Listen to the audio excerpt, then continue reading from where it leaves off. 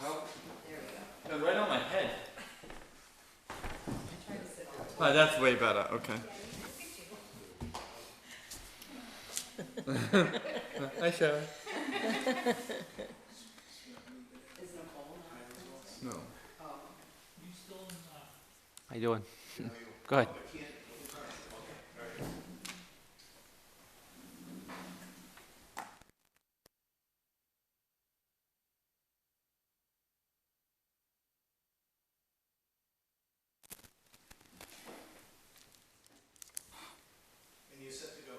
Okay, thank you.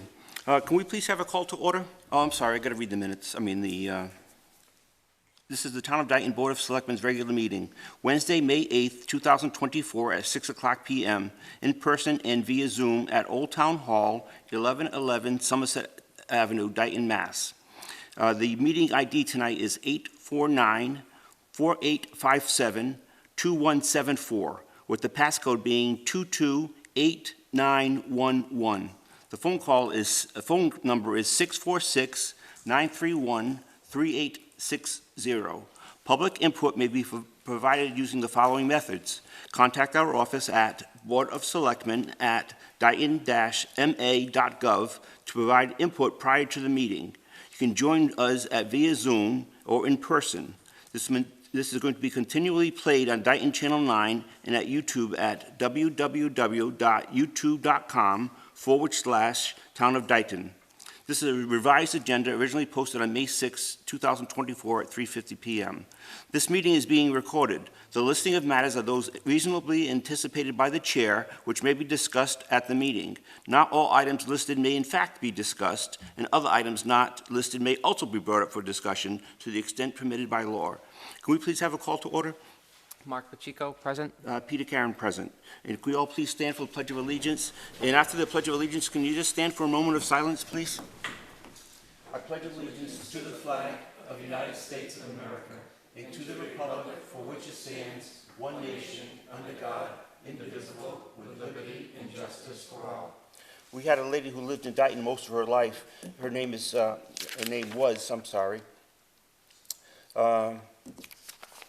Sister Gertrudis Marie Bentoncourt. She was 80 years old. She was born in Colombia and came to the United States at the age of 17. She was a licensed practical nurse and spent most of her life in Dayton.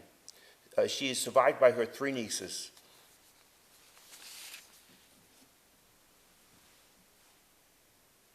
Thank you.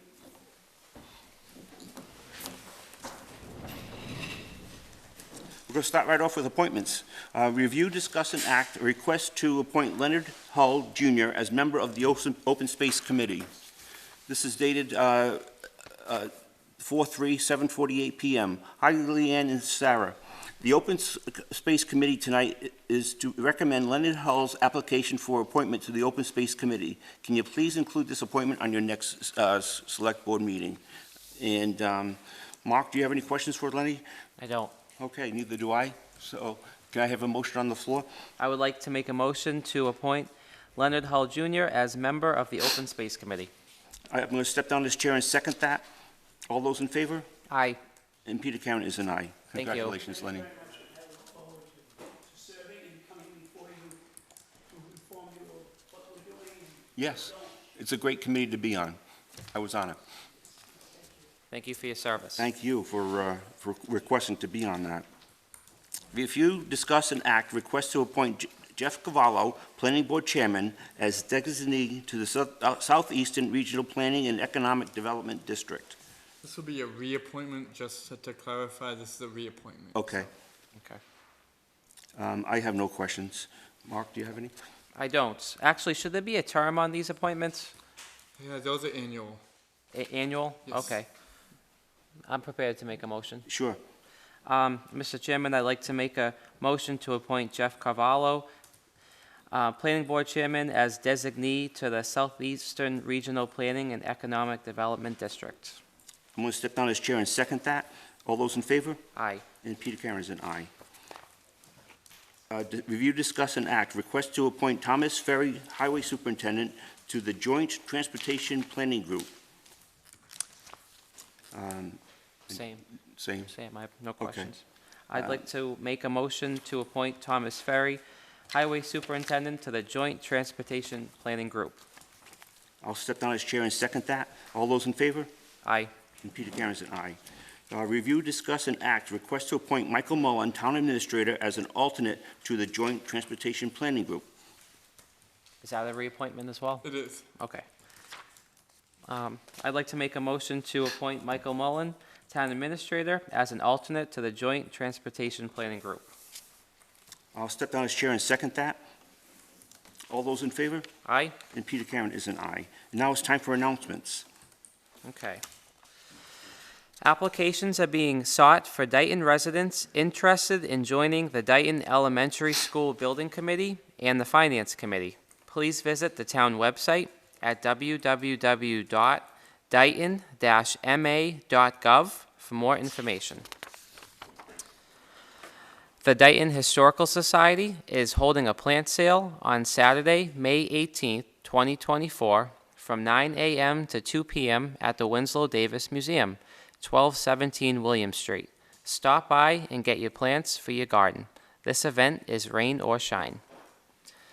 The Town of Dayton Food Bank distribution will be held on May 18, 2024, located at the Town Hall, 979 Somerset Avenue, lower level.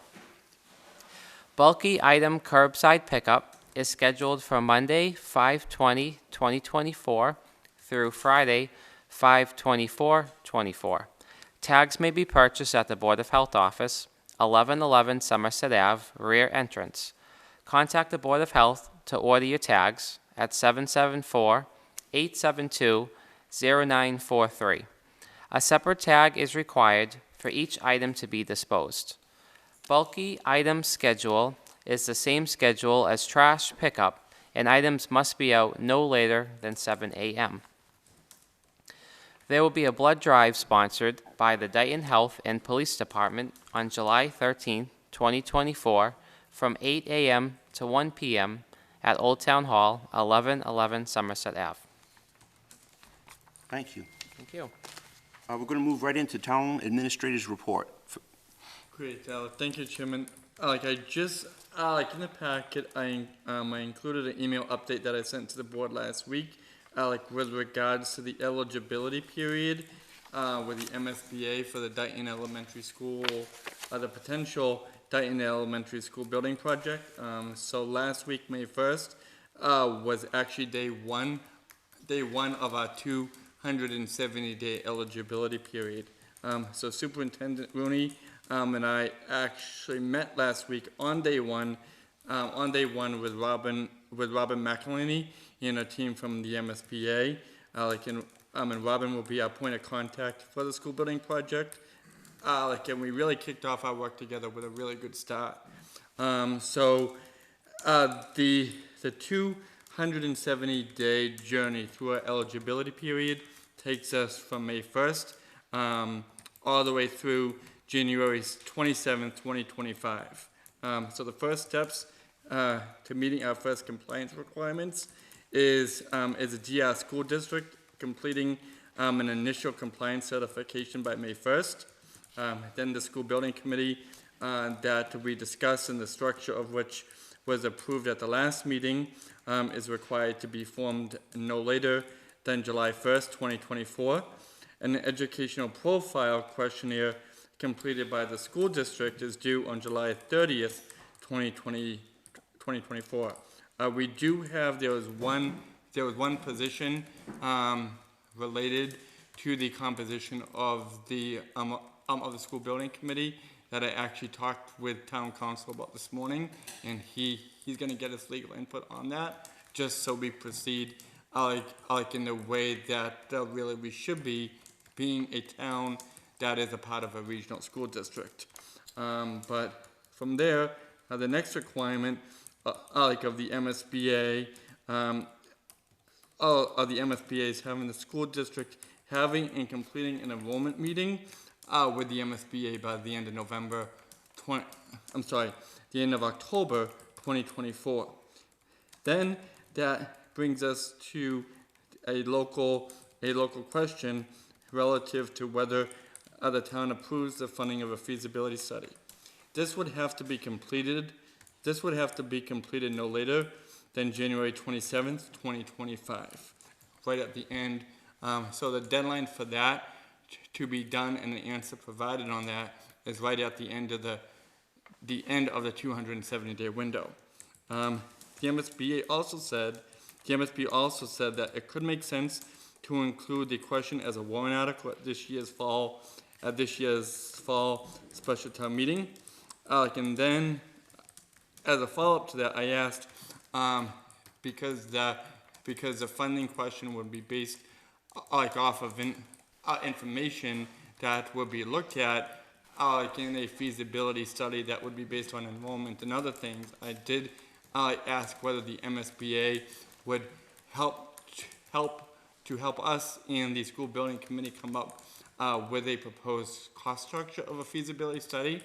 And the MSBA mentioned that they don't typically do that, but they really rely on school district, town officials, and school districts, town officials, and the school building committee really looking at prior MSBA projects to really come up with a funding scope based on how other similarly suited towns who have the same type of general building needs, who have the same enrollment and other things, to use the costs of those prior approved feasibility studies at the starting point. Okay. And the MSBA did provide examples of what towns who are like us that recently had elementary feasibility studies based on enrollment and other things. They provided examples. And the very good news is the funding, the cost of those feasibility studies is basically what we have in our capital stabilization fund right now, which is what we've been building up to be able to fund and do.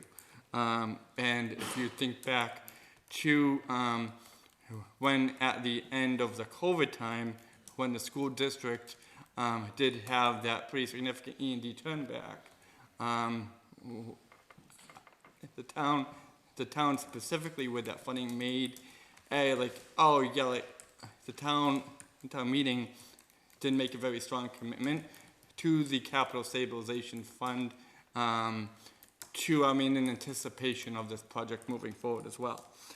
So we do have basically all the entire cost based on the MSBA, other town examples of the whole feasibility study already on hand. There are other communities that when they're proposing feasibility studies, they do have to go out and go through debt exclusions just to be able to fund a feasibility study. Thankfully, we won't be in that situation. But that is a few months down the road. But that is the timing and the process that we would be anticipating at this point. One of the things that is extremely important is that for the feasibility study, the town would receive reimbursement from the MSBA for approximately 55% of the costs for the feasibility study once the town appropriates the full amount. So that's 55% once the full. That's a 55% reimbursement once the town approves the full amount, the whole 100% amount, whatever that will be, and that would be regardless whether a school building project is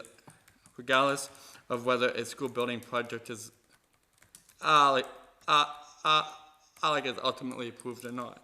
And the reimbursement, the 55% reimbursement percentage is also based on a variety of socioeconomic factors that are actually updated every calendar year.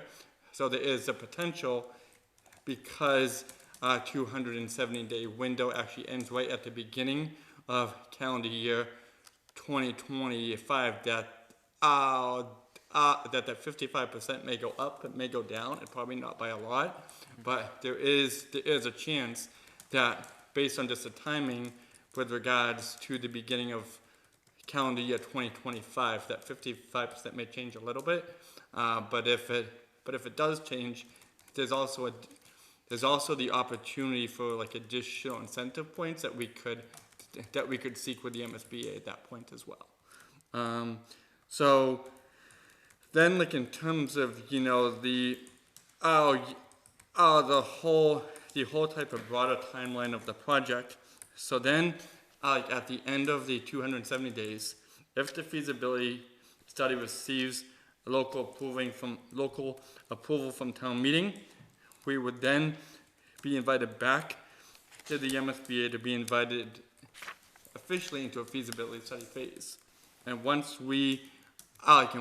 if we were invited into that, the feasibility study phase can last up to an additional 913 days. That's an additional 2.5 years on top of the 270 days that we're at.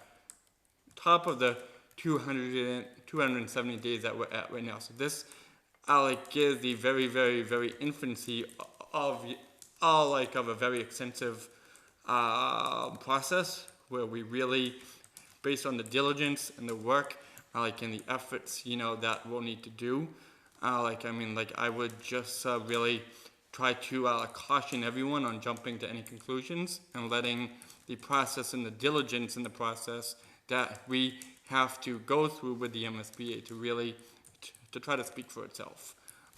Because I think a lot of information as we begin can go through this process. These processes are extremely involved, and I do think whatever the process does produce, it's gonna, it will produce and will be actually part of a process that will be producing very constructive information. So I just wanted to provide that update to everybody. How much money is in the stabilization? Almost $1.6 million at this point. And we were anticipating about $2 million for the study, right? That was the preliminary information that came back. That was basically ballparked by the school superintendent, but actually based on the information provided by the MSBA, they do have a number of recent feasibility studies that the highest ones here, for elementary schools in the towns of Winchester and Burlington, of all places, the cost of those were $1.5 million. So I do think the $1.5 million ballpark that we have with this information, until we have any additional information, is likely a better updated number at this point. Awesome. Mark, do you have any questions? I just want to thank you for that detailed update. This is very exciting, and I think it's awesome. It's so exciting for our residents and our children that we have this opportunity available for us to engage with the MSBA and start this process. And I want to thank the town residents and the prior boards for funding capital stabilization, and we have this option to fund this through stabilization, and that's forward thinking. So it's all very exciting, and we're at the infancy stage, and it's nice that we have this option available to explore. So thank you. Thank you. Actually, I do have one more comment on that. On a related note, the MSBA, the committee that it closes next Thursday, I believe. Yes, a week from tomorrow. Have we had applicants for that? We've, I believe, about four, maybe 5 applications so far we've received. Okay, so that's a super important committee. So please spread the word. Anyone at home, if you're watching, we need applicants, and your feedback is so important, and we need folks to join that committee. So, have we put anything on Facebook about that? Well, we have. Okay. We've already published once on our website and Facebook as well. We have coordinated the release of that information with the school district too. Awesome. So we're both utilizing, the same press release information, like, and the, like, same, the same outline of what we're looking for. Great, thank you. And, like, that's actually, like, included in the packet as well, I did see that, yes. at the beginning, so. Thank you. 2 applications, we need, correct? We have 2 positions open for, We actually, hold on a second, I believe we, out of the 15, I thought 2 were going to be town residents. yeah, hold on, just one, so we do, hold on a second. Okay, so, there are currently 5 open volunteer positions in each of the category listed below. 1 member of the community appointed by the Board of Selectmen with knowledge of the educational mission and function of an elementary school facility. 2 members of the community appointed by the Board of Selectmen with architecture, engineering, and/or construction experience. 1 community at-large designee appointed by the Board of Selectmen, and 1 community at-large designee appointed by the DR School Committee. So we do have 5 open positions, and 4 out of those 5 will be filled by the Selectmen. Okay, Awesome. thank you.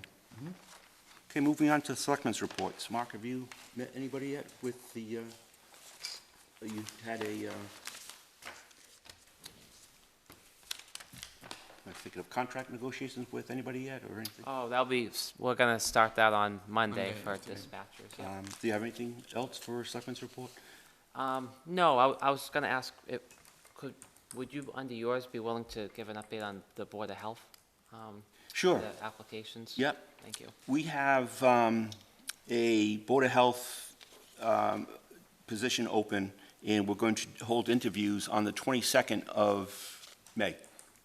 And hopefully that night, or after we call on references, so it won't be that night, fairly quickly after we appoint somebody to the Board of Health. And they'll reconvene and have a new, or possibly the same chair and members after we call on the references. Thank you. The 5 members will vote on who the appointee will be. Okay, thanks. You're welcome. Okay, we're going to move on to old business. Review, discuss, and act the fiscal year '25 budget recommendations, review of proposed town meeting warrant articles, and placing of articles. Okay, so there's a lot there. Yep. Just actually, approaching everything one by one. With the FY '25 budget recommendations, we did at the end of last Thursday evening, the Finance Committee did finalize their budget recommendations, which are included in the, in the updated budget.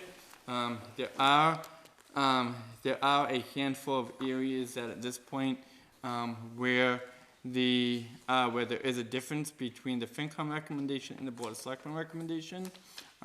We do, with the FinCom recommendations, we do have a balanced budget. And so the question, I guess, for the board is, with any of the differences that currently exist between the FinCom recommendations and the Selectmen recommendations, whether the Selectmen want to try to match and or reconcile their recommendations with the FinCom recommendation. And I just wanted to bring that up. As a follow-up, we do have in hand, at this point, we do have a signed proposed Board of Health budget as well, that I know last Thursday there was the discussion about, and we had promised to be able to follow up and get that from the Board of Health, and so that's also included in the packet. So, Thank you. I know the reserve fund, we were $5,000 off because they had $5,000 less than what we had anticipated. And I know Mark had mentioned that he'd like to see that $5,000 put into reserve fund. I'm assuming you'd still like to keep that? Okay. So I would not agree with the difference then, the Board of the Finance Committee's recommendation. I'd like to keep it at the 55,000. Thank you, I agree with that, yes. Yep, I agree. Yeah, like oh yeah, like I mean, oh yeah, like and as a whole, I mean, like it's like it's really up. Oh yeah, like it's really up to the board whether the board wants to keep all of its recommendations or try to match any of them. Yeah, yeah, like it's really up to the board. So. So for the town treasurer, our recommendation was $7,700 higher than FinCom. Let's see.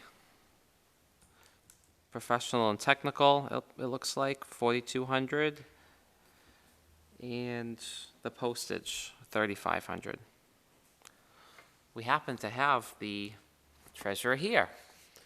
I don't know. Sure. Sure, I would have brought my budget, sorry. No, that's It's all right. fine. I apologize. The postage budget, is that the one in the 146 line? No, 145. 145, okay. I can give you the sheets, yes. Oh, perfect, thank you. Thank you. Just curious if you were comfortable with the budget, what FinCom recommended.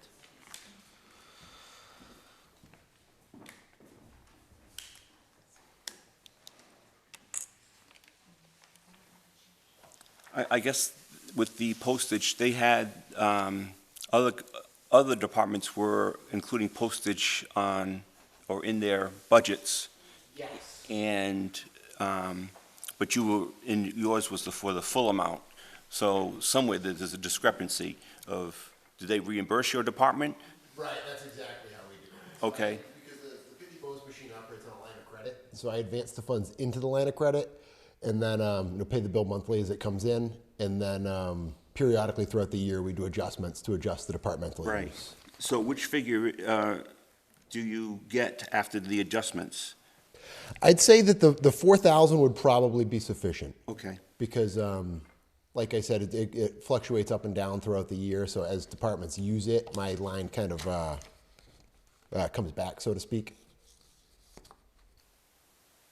And then the professional and technical fee line was a $4,200 difference between what we had recommended and what the Finance Committee had recommended. Yes. Unfortunately, I didn't bring my zero-based balance sheet. Sure. I apologize.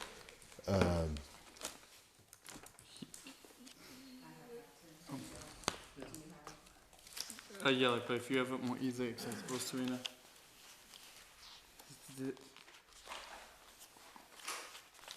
Do you have collector as well? Because that has a small difference on, looks like Professional and technical professional and again. technical, yes. It's actually the page before this will be your 145. Thank you. And I apologize because the FinCom budget meeting I attended, this did not come up, so this happened after. Right. Serena, do you know what they struck by any chance from here? They might have looked at how much was spent through the end of December. And maybe through the end of March, they might have pushed into that as well. Gotcha. Okay, so I do have a couple of large expenses that come in April. Like that's when we file our continuing disclosure to maintain our bond rating.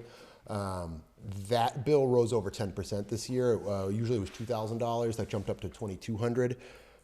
So my usage here is higher. Our payroll company has recently increased its costs as well. So I'm at a little bit of a disadvantage because I'm not sure what exactly they were pruning from here. Sure. Yeah, like, and I think also, Paul, they focus on the $1,200, and a part of that focus on the $1,200 and like unanticipated costs as well. Yeah, like I mean, like I just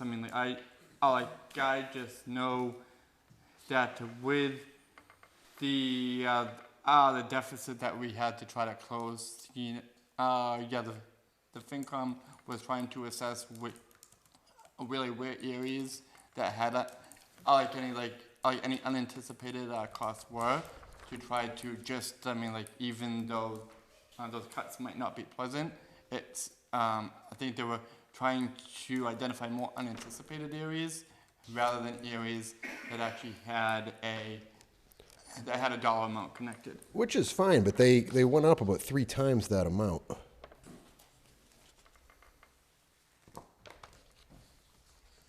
So if we were going to be removing the $1,200 in unanticipated, you know, that's fine. You know, unfortunately, I'm not sure what exactly they decided to remove. It probably would have been good if I were to be notified after the initial FinCom meeting when my budget was, you know, there's no issues then. It would have been beneficial to be notified prior to, you know, prior to tonight.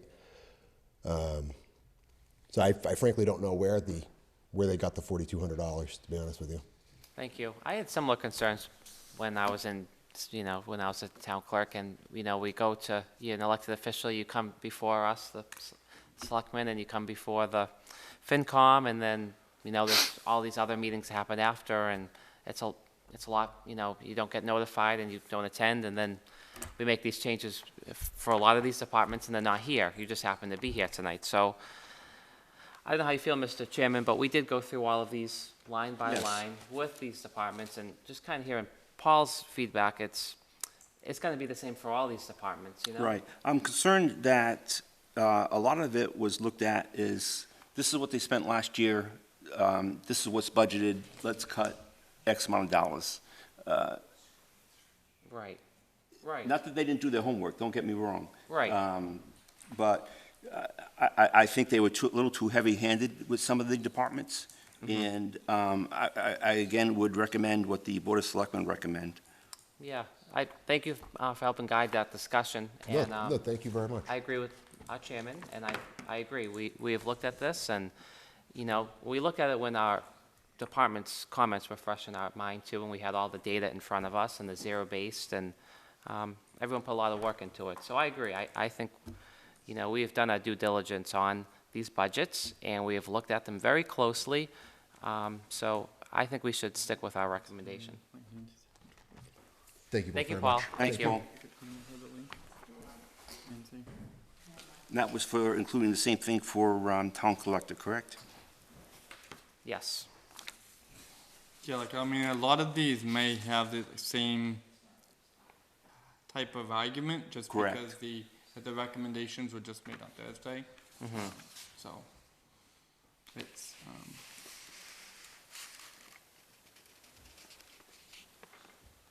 Do you know why the planning board was deducted $2,500 for their professional and technical? yes, yeah, that was, like in the PNT, that, was, because that, that line is always funded legal. Like in just the, and I believe it's either FinCom, felt, based on history, that whole amount of funding hasn't been drawn upon. Right. If I had to try to guess, that informed the recommendation there. Okay. And, yeah, we're just guessing, so I say we just stay consistent. Okay.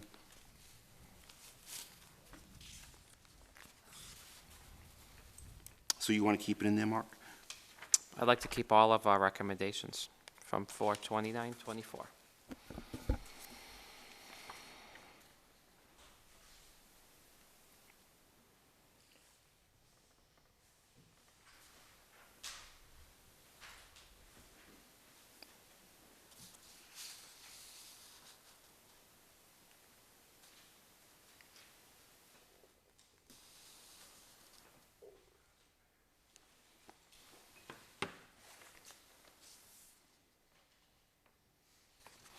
Chief, the 8,000 for overtime, do you have any wiggle room with that?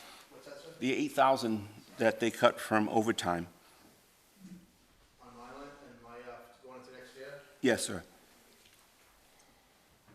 Feeling that the other two officers would probably be back by then? I'm hoping one's gonna be back within the next 2 weeks, and I have no idea on the other. Right. Okay. That's why I was just trying to look at myself on my email there.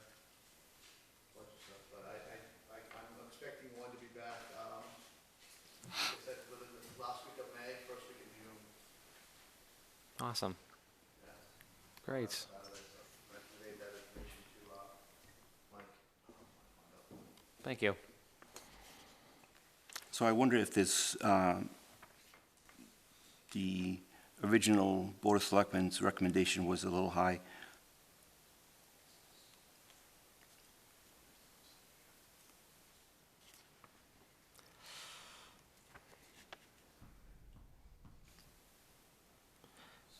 I'd prefer to keep it as it is. You want to keep it as it is? Yes.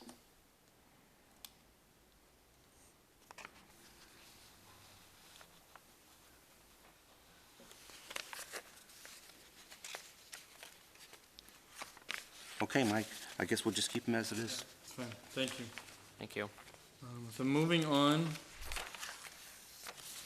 to the review of the proposed articles, we can, some of these will be more straightforward than others, but like if we can just go quickly through the warrant real quick. Yes. Like, and then those folks who have, those folks in the departments who have proposed the warrant articles, many of them are here, so we can, like, any questions, any comments, any overview can be provided by them. So, like Article 1, to hear reports of town officials and the capital outlay, that is pretty self-explanatory. Article 2 is also an annual article to authorize the selectmen to appoint all necessary town officials. Article 3 is to, we do have prior year unpaid bills coming from the police department, the transfer station. I like actually two related, two police details, one from the transfer station, one from the selectman's office, and also a National Grid bill, because I believe it was in March of '24, we actually received a prior year bill from the last fiscal year. So those total just over $3,500 in total. Any questions on any of those? Nope. Article 5 is, Article 4 is an is a statutorily required article to set the salary of Dayton town officials for FY '25, and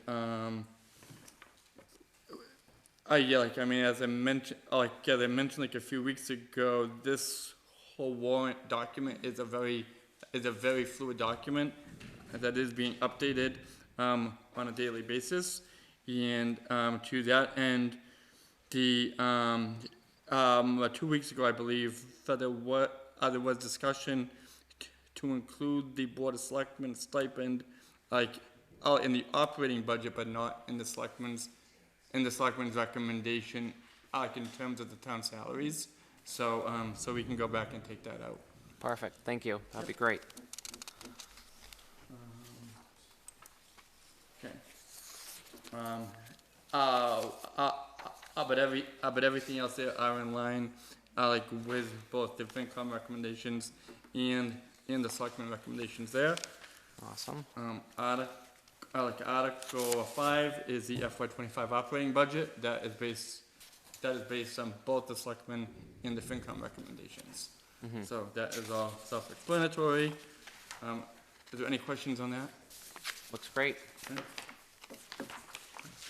Thank you, Karen and Serena, by the way. Yes. Thank you. Article 6 is the funding of the sewer enterprise fund for FY '25. That is also self-explanatory, and the majority of those expenses, about $300,000 of the $392,000 budget will actually come from dedicated sewer receipts, and the other approximately just over 92,000, will come from retained revenues. Like as part of the sewer enterprise budget. We also, have, the FY 25 sewer budget has also been restructured this year to actually have a dedicated capital article. We used to, up until this year, carry about $150,000 capital article, within the sewer enterprise budget. And talking everything through with the sewer commissioners, going back to February now, it was actually discussed, especially with the Dayton, especially with the sewer pump upgrade project plan for right outside Dayton Power, to have a dedicated article to fund that. That would also be funded from sewer enterprise as well. I'm sorry, that 150 would be reappropriated from what was already appropriated in FY 24, like in this year's budget, into the article. Perfect. Any questions on that? Article 8 is would be to fund our FY 24 FY 24 snow and ice deficit so we pay for that with available free cash, so we don't have to then raise it in the recap and through our FY 25 budget process. So we're basically paying that off before we even get the bill, because we know what the bill is. Awesome. Article 9, we do have the, we do have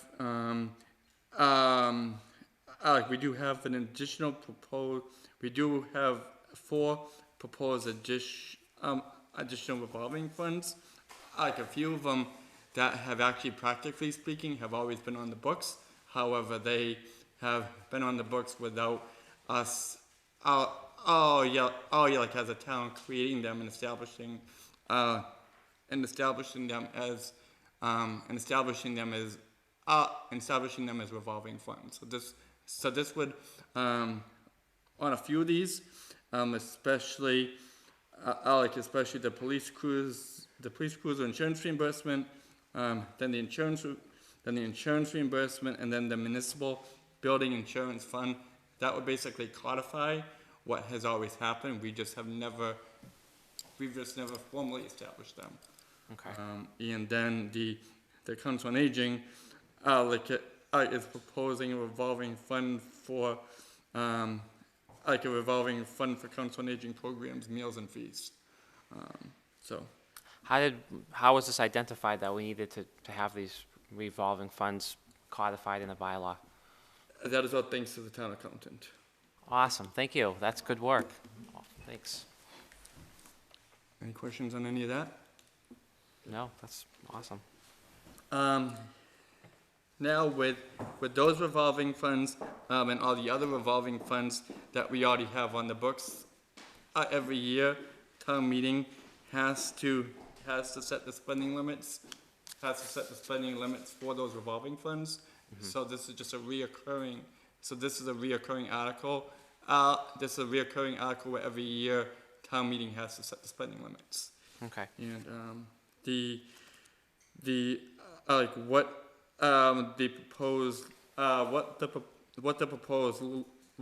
limits are,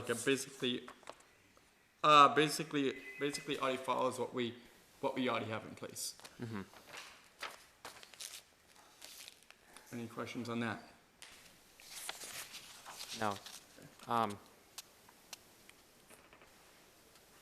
No, I'm good, actually. Thanks. The articles, articles like 11 and 12, articles 11 and 12, like our annual articles that we present on town meeting. Article 11, would allow the town to make changes in grade, take by purchase, and then or eminent domain, or to settle damages from land taken in conjunction with the FY25 highway program under Chapter 90 in the town's road improvement program. There's a lot of, based on what projects we proceed with, there often enters into discussion the fact that we have to enter into temporary or permanent easements, do some takings, especially in the case of the upcoming Main Street project as well, like in a, like in Article 11. And Article 11 would allow us really to do all that, and to proceed with those type of projects with the required outreach and notifications that we would have to do in accordance with the law as Awesome. well. Questions on that? No. And Article, Article, as I mentioned, Article 11 and Article 12 really seek to accomplish the same kind of things.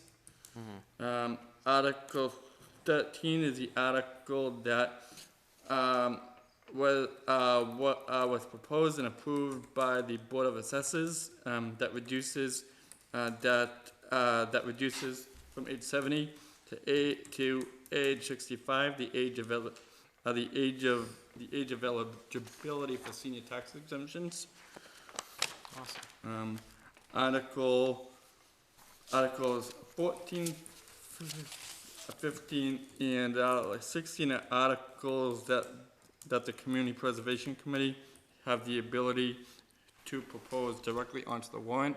We do have the chairman of CPC here as well. Kevin, I'm not sure if you have anything to add. The first one is, 14 is just housekeeping. Kevin, can you just come up here, please? Funny that you said that because I thought that. I know that. Then I know better. So Article 14 is just general housekeeping, how the committee voted to allocate budget reserves for the year. And then Articles 15 and 16 are two different projects that we recommended, and then the respective groups will have the opportunity to speak about them on town meeting floor. Sure. So, but that's all for CPC. Thank you. That brings us, I believe, to Article 17. Is an article to propose from either raise and appropriate or transfer from available funds sum of money to be deposited into the capital stabilization fund. At this point, without available free cash, as you probably saw in the spreadsheet right in front of the warrant, we're recommending $50,000 into the capital stabilization fund at this time. Then in Article 18, we had originally a placeholder that would be there in the event that we had the ability to make a deposit into the stabilization fund, and based on available free cash, I would recommend holding on that right now. So that's Article 18. If the board wasn't, and if the board isn't actually proposing to put anything into stabilization, that might be an article that the board could consider not placing on the warrant at this point as well. But that would be up to the board. Can we talk about that for a second? Yes. So I wanted to hear how you feel. I feel like we should always pay ourselves first. Our fiscal future is not looking any brighter in the next couple of years, and there's always going to be items that we're going to look to the stabilization fund to fund, and I feel you pay yourself first. How much do we have the ability to put in there, Mike? 50,000? What is actually being recommended into the capital stabilization into the capital stabilization would be $50,000 at this point. Yeah.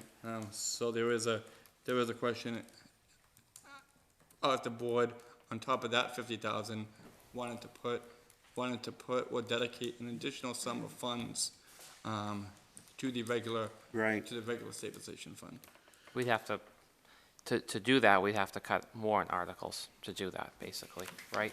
Based on our available, Free cash. what we have available to us. Yeah, like we do have, to be clear, we do have a holdback of available free cash, but that, like also could be impacted, by which, that could be impacted and further reduced based on the difference in recommendations. Depending upon how the between- public votes. Yes.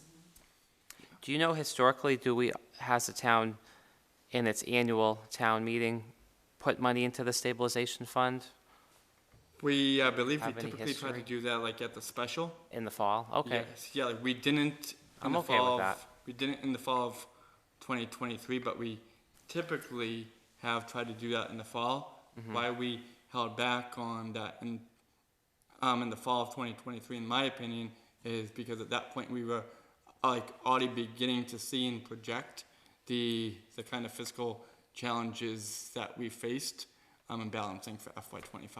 I would recommend that we take it off. I'm okay with it in the fall, but I feel like we have to do it in the fall, because our fiscal picture is not gonna look better, so, you know, we should see how our outlook looks, like, let's get through part of the fiscal year. But we use these monies for important projects, so I hope we make a good effort to fund it. But yeah, I'm Okay. good with holding off for now. Would, A motion on the floor then? I'll make a motion to strike Article 18 from the warrant. Nancy's trying to talk. yeah, like Who I is- think, yeah, like I think, I think we have Mrs. Goulat trying to provide comment. Hi, Nancy? Mr. Chairman, Yes.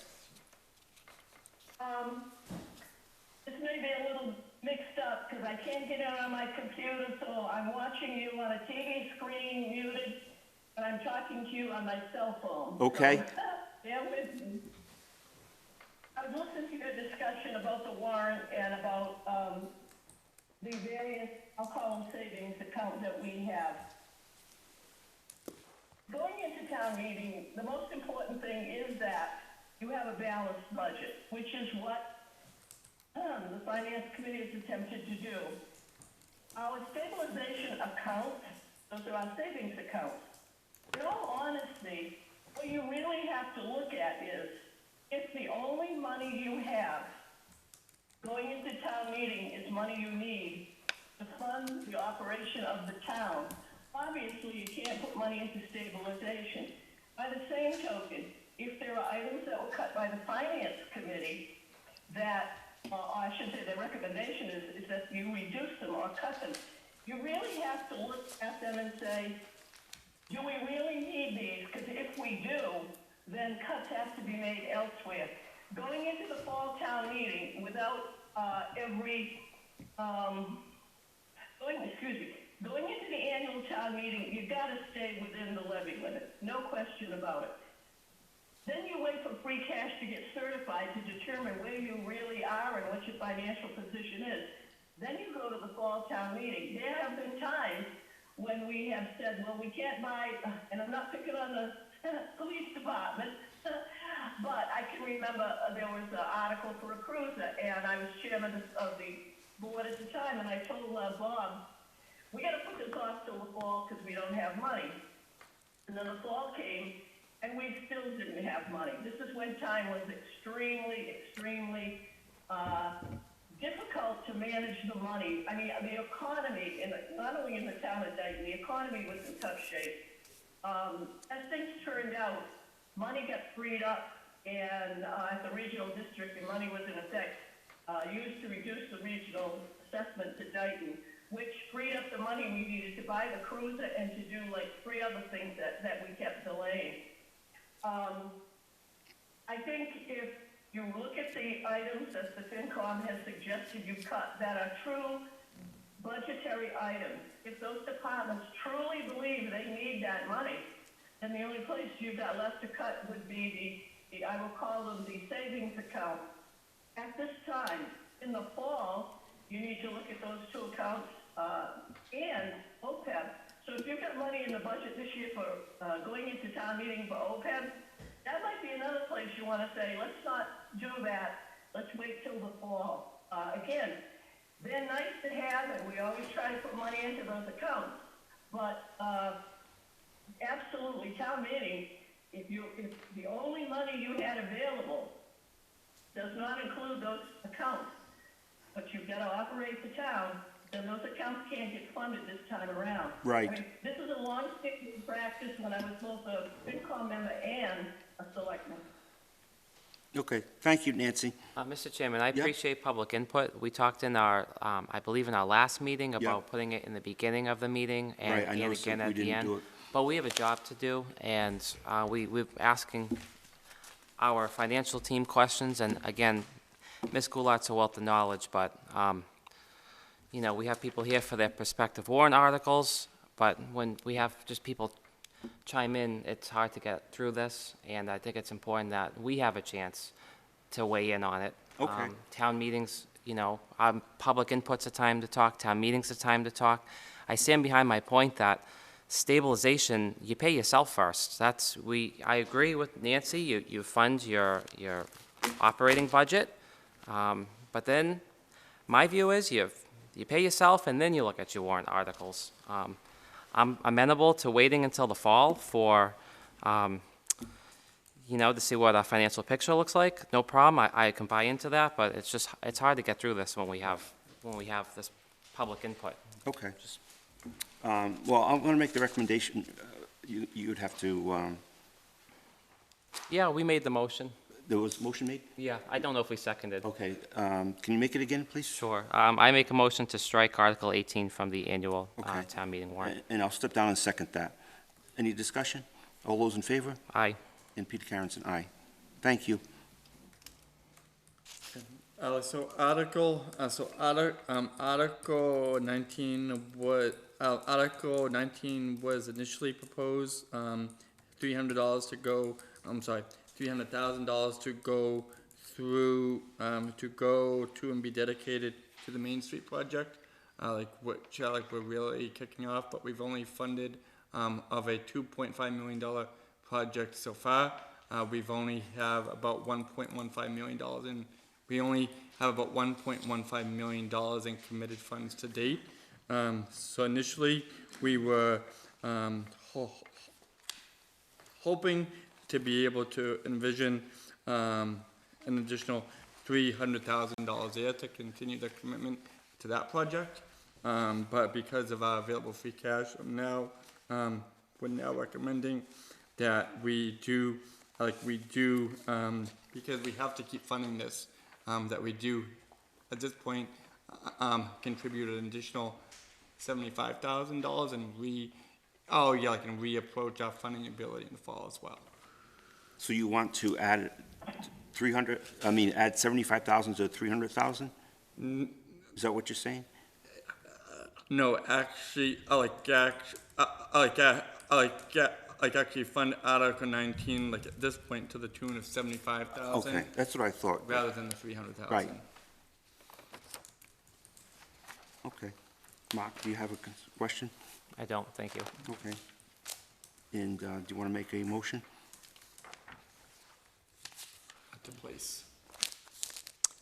Sure, I'll make a motion to place Article 19 on the annual town meeting warrant and to take the town administrator's recommendation to fund it, $75,000. Okay, I'll step down as chair and second that.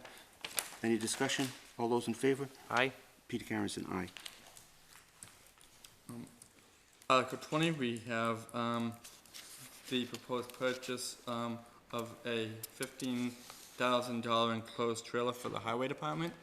And we do have the highway superintendent here, Superintendent Ferry, if there's any information to back up, what you want to provide on the, on the enclosed trailer.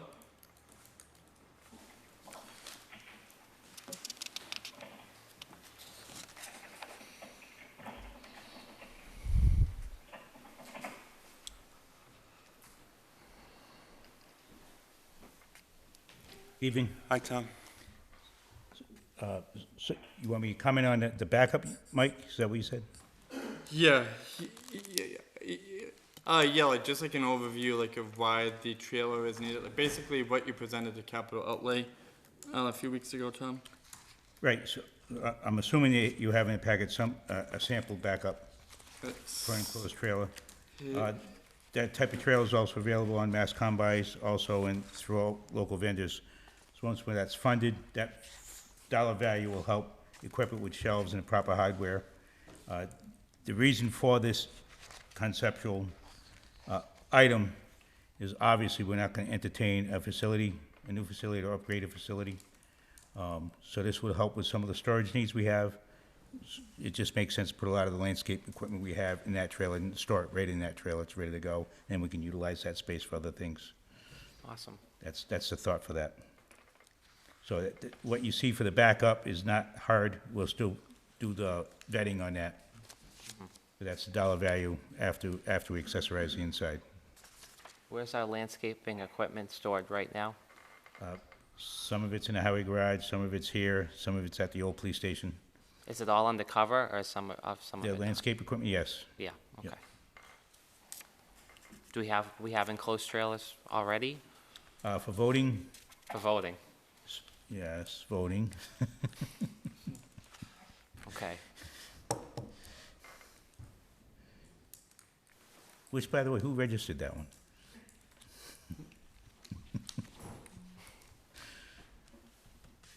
What would you like to do? You'd like to make a motion to keep the 15,000?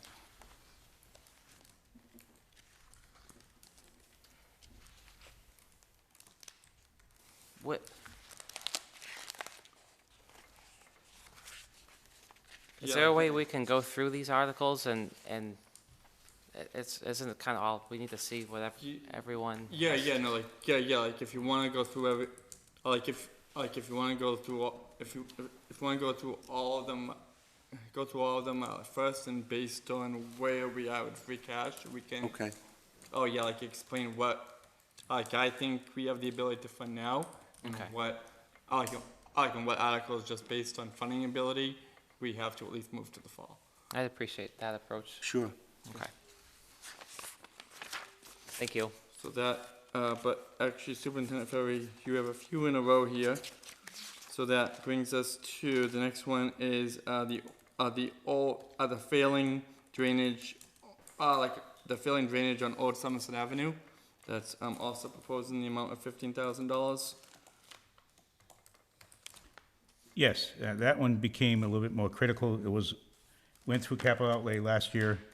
You got a rating last year, and the rating, I believe, went up a little bit more this year. Two of the structures had failed, so I took the metal off, just filled the holes in to eliminate the hazard. But that's gonna create, if you notice, once when you turn on it to Old Somerset Ave from here, you get that ponding. That's gonna be ice this winter, so we need to entertain that. Okay, that's critical. Perfect. So Mike and I haven't had the opportunity to really flesh it out, the funding source.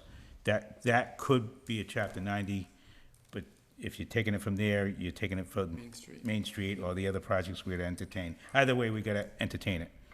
Okay.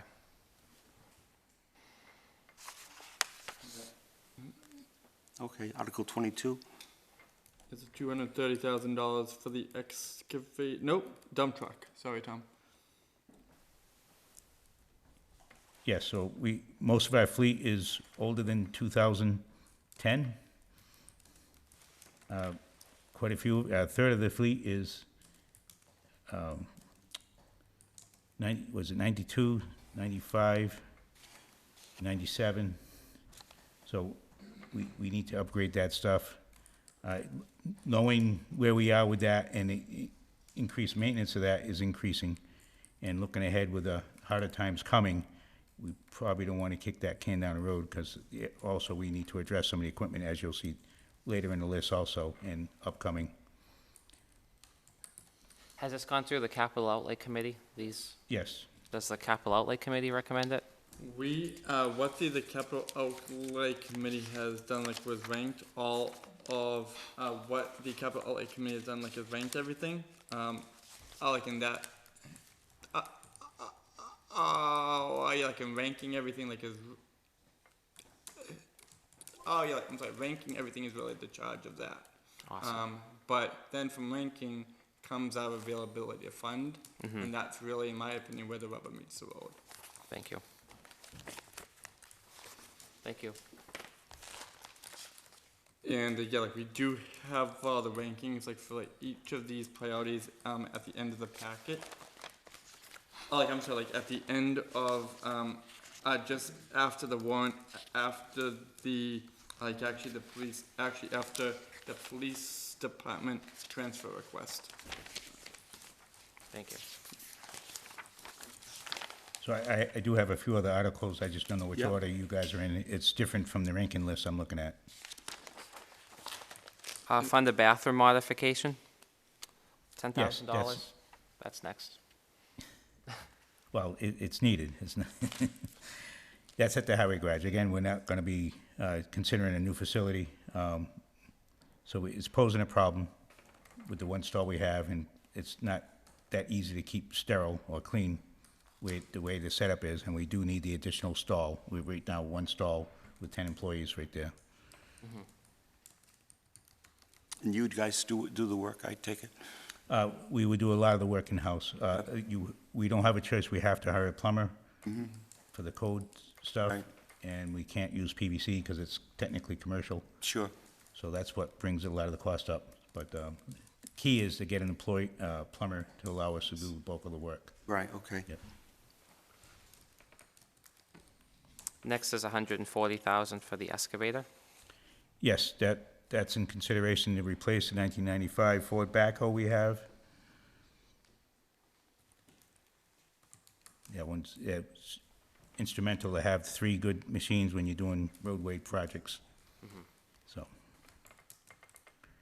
whether we actually replace it or just retire it and keep it at the transfer station, that's to be discussed. We can entertain that as far as disposal if we get to that point. But the excavator is about $100,000 cheaper than entertaining a new backhoe. Is this a brand-new one? I'm asking for a newer use, so we'd Newer be use. doing a low-hour used one. We could do pretty good with that right now. The market's pretty good with that. Do you think there's any wiggle room to, if, instead of we had newer used, just to focus on used? Would that help at all with the price, like the price tag of these items? Yes, but we have a history of trying to have equipment for 30 or 40 years, so keep that in mind. Do you prefer, what's your preference, then slightly used or brand new? Slightly used, you can do better with less. Yes, you can get more for less with slightly used. With the available, as we go through this will help me. With the, we have limited available free cash. Do you have, what's more instrumental to you? The dump truck or the excavator? Or are they both a package deal? They're not a package deal. They both have the same priority. Entertaining the amount of drainage work we're entertaining, I would say the excavator. If you had to choose, Okay. I have to let you know what my department needs are, and then what the funding, like Mr. Mellon explained, with the funding availability, that's where the rubber meets the road. And it sounds like you would have be- more than one dump truck, but this would be the only excavator, right? So would if this be- goes down, It would be the town's first, the town's first. replacing a backhoe, yes. Is that Oh, price it's for the- replacing a backhoe, okay. Is that price for the, how much cheaper would it be for a used? 140 still? Anywhere from 120, 140 for the 18,000-pound machine Yep. with the thumb, yes. A tick-link machine. Okay. All right, let's go to, That type of machine is also something that's utilized with the maintenance that's required for the different types of stormwater maintenance that we have not been able to do, instead of farming that out. Okay. okay, let's go to Article 25, the 8545 for the striping machine, which will pay for itself in just a matter of, what, a couple of years? Yes, definitely within 2 years, yes. So I'm just trying to find it, I'm sorry. Here we go. Yes, the line paint machine, the line painting industry has changed dramatically. No more oil base on the roads, so you're kind of limited on the type of paints. And you'll notice on the budget lines, especially in the public works line, that's where we charge the traffic control, the double side line, that went up probably a third from the previous year. So it's kind of a monopoly market right now. So the line paint machine for us to do in-house work, we would take care of the crosswalk, stop lines, and our parking lots instead of farming that out. Sounds great. Plus be able to freshen them up, Right, you know, periodically. rather than waiting for another budget. Right. As needed. Okay, thank you. The point-of-sale system for the security cameras at the transfer station? Yes, that article, and we wrote it for, it's actually for security cameras for the transfer station and the highway garage. Okay, And that's to back up the point of sales, like you said. At the highway garage, we do have quite a bit, an inventory with still activity on the property after hours, so it'd be very important to have a camera there too also. have you had issues? Yes, Okay, we've had people inside of vehicles, because not everything can go inside. So, yes, and then, there's a large, the dollar value of our inventory is quite high, so I Yep. think we want to keep an eye on things. sure. Okay, Mark, any questions on 26? No, I support the highway garage. I'm just questioning the transfer station. Do you think that's a good, do you think it'd be good to have We talked surveillance? about it during the solid waste committee, and we haven't had a problem. And I questioned whether we should be spending money on, just to have the cameras there. Well, I guess we did have cameras there at one time, correct? Correct. But they don't work. They don't work as they. But we don't have Right. people dumping trash outside of the fence anymore, or is it just once in a while now? So, it's a place where you could have confrontation, number one, so the Yep. cameras would be useful for that. If you do reject someone and they choose to leave with a vehicle with items, and it happens to match the same items that are on the camera, Yep, that are on the side of the road, Right. that would be useful. But more for the confrontation, you have an attendant working that place by himself, doing transactions, that'd be alone, Okay. a value right there. Now, we don't have cameras at Town Hall, correct? but you have more than one person working at town hall. Right, we talk about confrontations, though, like Yeah. Tom Ferry. I don't know if we can give this more thought. It's not just a For all of confrontation, town there's hall? quite a bit to it, yes. Yeah, And I'm not sure why the 4,000 carried over. That should be reduced to the 3,000. We should be able to do the two systems for the 3,000. okay. Thank you. Great. I think that's it for you, Tom. Yes, you're going to comment on the MS4? The MS, one second, sorry. MS4 article? Where is that, Tom? It's on the capital outlay scoring. It's underneath the enclosed trailer. Yeah, yeah, no, like that, we're actually, yeah, that has already, that was ranked last year by Capital Outlay, and that funding has already been approved by the board for ARPA. So we're pursuing the ARPA application for that. I did just, because we're advancing that, we did just receive, because Bristol County, is requesting updated proposals, on all those applications, so we did just actually before I got here tonight, we did receive an updated proposal with the same dollar amount from Weston and Sampson that we'll be able to use to advance that. So the funding source for the MS4, even though it was ranked by Capital Outlay, the funding source was already approved back in February by the board to go with ARPA. So that doesn't have to come before a town meeting. Oh, okay, so it's not an article? No. Okay, thank you. Thank you. Thanks, Tom. Thanks, Tom. And Tom will be back before the night's over, right, on the parking? like on the parking, proposed parking bylaw, like later in the warrant? Yes. Okay. Thank you, Tom. The Article 27, would be, is an article that would fund the replacement, purchase, and the installation of live stream equipment for mobile use and in, Dayton Public School locations, for Channel 9. And just simply straightforward, we do have a dedicated cable revenue, with a very healthy balance, which the cable committee has been very, very, very methodical about how it uses, and how it proposes the use of that funding to address the capital. I can tell you that improving the link, to have more coverage, more coverage of the Dayton Rehoboth School Committee meetings, has been a long time priority. This article would help to accomplish that, and a whole host of other things that wouldn't have any impact on free cash. It would be funded by the dedicated cable,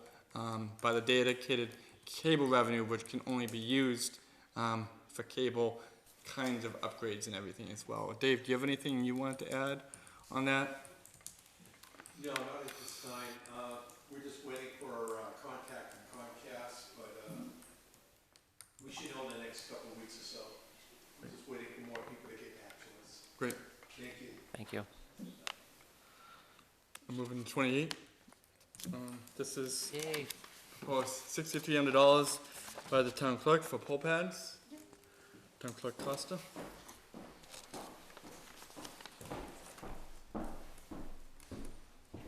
Good evening. Hi. So I am asking for $6,300. This would include the poll pad bundles, software, and poll pad paper receipts. This would be for 4 of them. Poll pads are used for paperless voter check-in.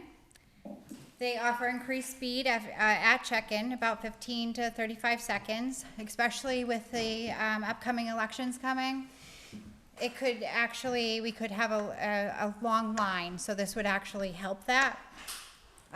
This actually improves the accuracy, eliminates human error at check-in, and believe me, when we are going through all these papers, there is a lot of human error that can happen. This is improved accuracy, so it saves on about 2 to 3 days of data entry to certify elections, currently a paper-driven process. This would take minutes instead of days. The security is a priority. The poll pads software system maintains multiple levels of security to ensure confidentiality, integrity, and devices, communications, data, and all systems. They are secure and easy to use. The LHS is going to offer us in-person hands-on training if this does get approved. And one good thing is that their deadline is 7/1 to order these. So just in time, we would get these just in time for the upcoming elections. So we can use these for town meetings. We can use these for early voting. We can also use these for all of the elections, including the district elections. So they would be able to use these as well. Currently, surrounding towns using them are Rehoboth, Somerset, Taunton, Raynham, Freetown. So pretty much all the surrounding towns currently use them. This would actually help with staffing reductions too, because we do have people that come in specifically for vote by mail. And so they're opening them, they're going to each individual precinct, they're, taking up that time. So actually this would actually help decrease that. This actually would be customizable for workflow, real-time monitoring of voter turnout, customized for election night reporting, ballot tracking, poll worker tracking, election night reporting. I think these are important because we do have 2 huge elections coming. This would be so much easier for us. Again, accuracy, and it would take minutes instead of days. And what happens and I'm paying overtime, and then what ends up happening is that we can't do anything else because we are going paper by paper by paper, and we're literally just scanning every single thing. And again, if you get distracted or anything happens and something's off, we have to start all over again.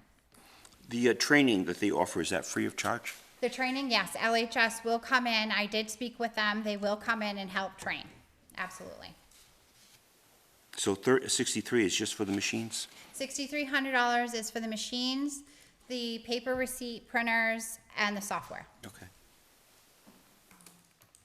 And is there an annual expense to do this? So for the first year, the software is free. After that, it would be $300 per pad. Per unit? Yep. So $1,200 a year. Well, yeah. Okay, thank you. Easy. Thanks for bringing this forward. Sure. Sounds like you've done your homework. Yeah. Thank you. Article 29, if it's okay to move on, Mr. Chairman? Yep.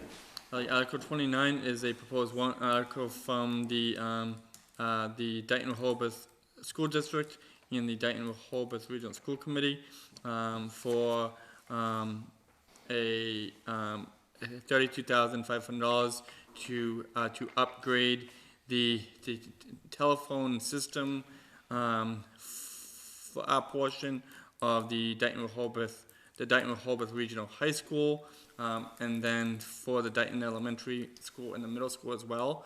Currently, as I understand from the school superintendent, the school district's telephone technology and infrastructure is not E911 compatible.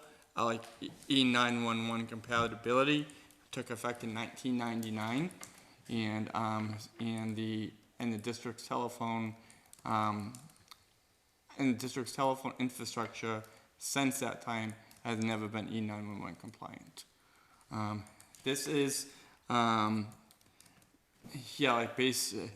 based on that, this is, I believe, an article of critical importance.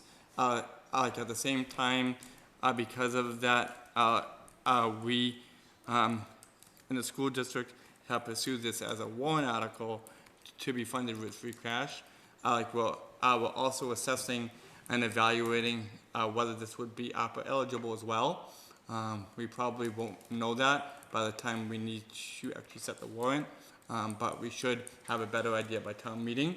And the hope is that if it is ARPA eligible, we can fund it under our existing ARPA allotment, and to be able to hold back on spending free cash as well.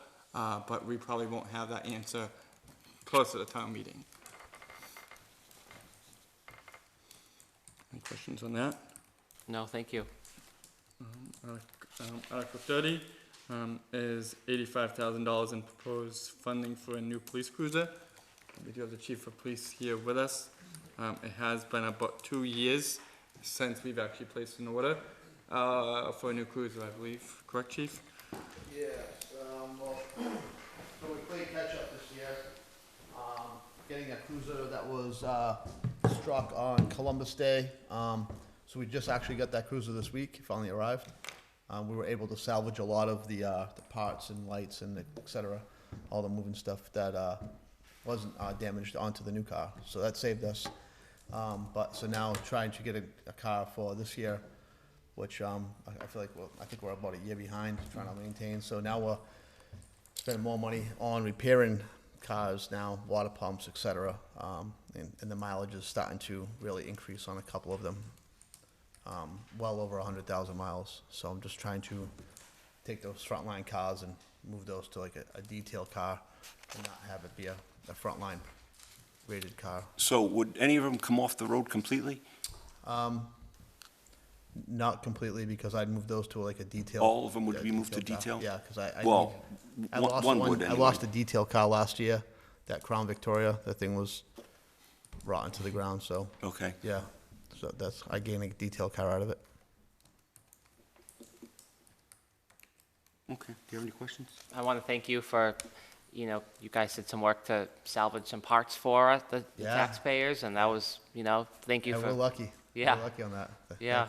Thank you. No, we appreciate that, and, it's good that the vehicles do move to the details and can generate some income. They and, do, they do. No, this seems important, very important, thank you. Thank you. Thank you, Chief. The police surveillance, you want to talk about that while you're here? Yeah, that's actually being proposed as a, as a Raise and year-end appropriate. request. So it won't, that is an article that we've had a placeholder for, but now knowing what we know and have the ability to fund, that priority, which is, just in a few agenda items, we can address that project through a year-end transfer request. So Okay. we don't have to draw on free cash either. That has also been a project that we pursued ARPA funding for. We've tried to make a whole ton of connections for that project to be ARPA eligible, but like at this point, it just doesn't seem like we're gonna be able to make the eligibility connection. But it's extremely important infrastructure that we need to have. Sure. So, Article 31, based on the fact that that could be funded by interdepartmental year-end transfer, Article 31 is another article that does have the ability to come off. Right. So we can go back to that. I think you could find out, Chief. Thank you. Thank you. Article 32 is a request, and we do have Commissioner Reynolds here. Good evening, everybody. So I am, on behalf of the Conservation Commission, we are requesting, I believe we've agreed to kind of try to pare it down to $15,000. We were requesting these funds for legal expenses out of respect for the Board of Selectmen's longstanding policy to not discuss the specifics of any ongoing or anticipated litigation. I won't be specific, but there are a couple of legal proceedings that the Conservation Commission is currently involved in. We want to make sure that we have the ability to robustly represent the Commission's position and the town's position, and we're just asking to be equipped with the resources to do that. How'd you go from 30 to 15? That was after a conversation with the town administrator. We had initially requested 30, for the reason being that I kind of modeled the language and the general gist of the request, so to speak, after a similar request had been made by the planning board at a town meeting in the past. However, after conversations with the town administrator, given the budgetary pressures that the town is under right now, we thought it would be responsible to prune it down to 15, and then in a worst-case scenario, we could see where we were at by the special, and if it appeared that there's a legal matter that was accumulating some expenses that we thought we were going to need resources for, that we would have the ability to ask at the special. So we thought that 15 would, at the very least, with whatever happens, that would give us the ability we anticipate to represent the town's position up until at least the special, at which point, if we needed more funds, we could. What happens if it becomes too high? And it's not worth anything more than 30,000 to us to continue? I mean, at what point do we stop? It's difficult without, it would be difficult to say without getting into the specifics of. That's a legal strategy question for executive right. session. Right. You're right. Okay. Mark, do you have any questions? No, thank you. Thank Thank you. you. Thanks.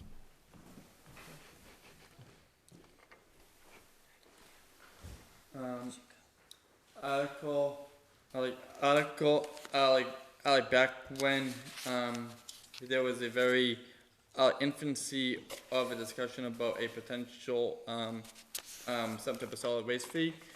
Article 33 was proposed as a placeholder to be able to present a bylaw to that would help us implement that. But at this point, with that not on the board, we do, and the board could have the ability to not place proposed Article 33 at this point as well. Yes. Would you like a motion on that? Yeah, like yeah, we do need like a bunch of motions, yes. So we'll do So that. maybe if we can go back Perfect. and do them all at once, if that's okay. Yes.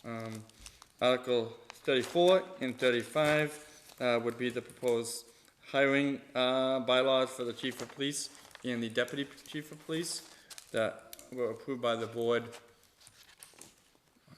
I lose track of days, either 2 weeks ago or 4 weeks ago. It all Yeah. blends together. It says proposed by Selectman Mark Pacheco, but Oh, we yeah, all we'll take voted, that so out. Thank it was you. a group effort, Yep. so, by the board. Nope, thank you, that was a copy and paste thing right there, so. No problem. So that takes us to Article 36. Article 36 is the proposed update to the Commission on Disability bylaw. And, yes. So when the Commission on Disability first got established and established our original bylaw, we kind of just copy and pasted most of it from the MOD's recommendations and a couple of the towns and what we had found, just due to the amount of volunteer applications we received, as we were having difficulty meeting our quorum because it was established that there was a 9-member board, so we reduced it down to 5 to allow us to, have a little bit more ease with a quorum, and then we kind of just cleaned up language. There was a lot of redundancy throughout it, so it's kind of just a cleaner version, and then addresses the quorum issues. Okay. Well, while you're here, I called Jonathan Gale this morning on this just because I had a question, and he pointed me to Nicole Mello's the chairman Yes. of it. I didn't realize she wasn't going to be here. So my only question on this was the terms are 3-year terms after the initial term, and they, for a lot of our boards and committees, like when I first started getting involved with the town, they were 1-year terms, and then I remember bringing to the Board of Selectmen at that time, and they did adopt it 2-year terms if we can, unless there's statutorily a reason we can't. And the thought process was, we're trying to get volunteers. A 3-year term might seem like a big time commitment, but a 1-year term, you can't even get your feet wet. So 2 years seemed like kind of the sweet spot. So it might be too late now, but it'd be nice if it was consistent with a lot of our other appointments. I know it is 2 years. consistent with the Community Preservation Committee. Ours is exactly the same. And I did go back and I took a sampling of 3 or 4 other towns' Commission on Disability bylaws, and it was consistent with that. Not to say that it's consistent with ours, but I do know that it's consistent with, at least what I'm used to with CPC. Okay. All right, thank you. You're welcome. So that takes us to Article 36. Article 37, we do have Mr. Reynolds in his capacity as a treasurer collector back.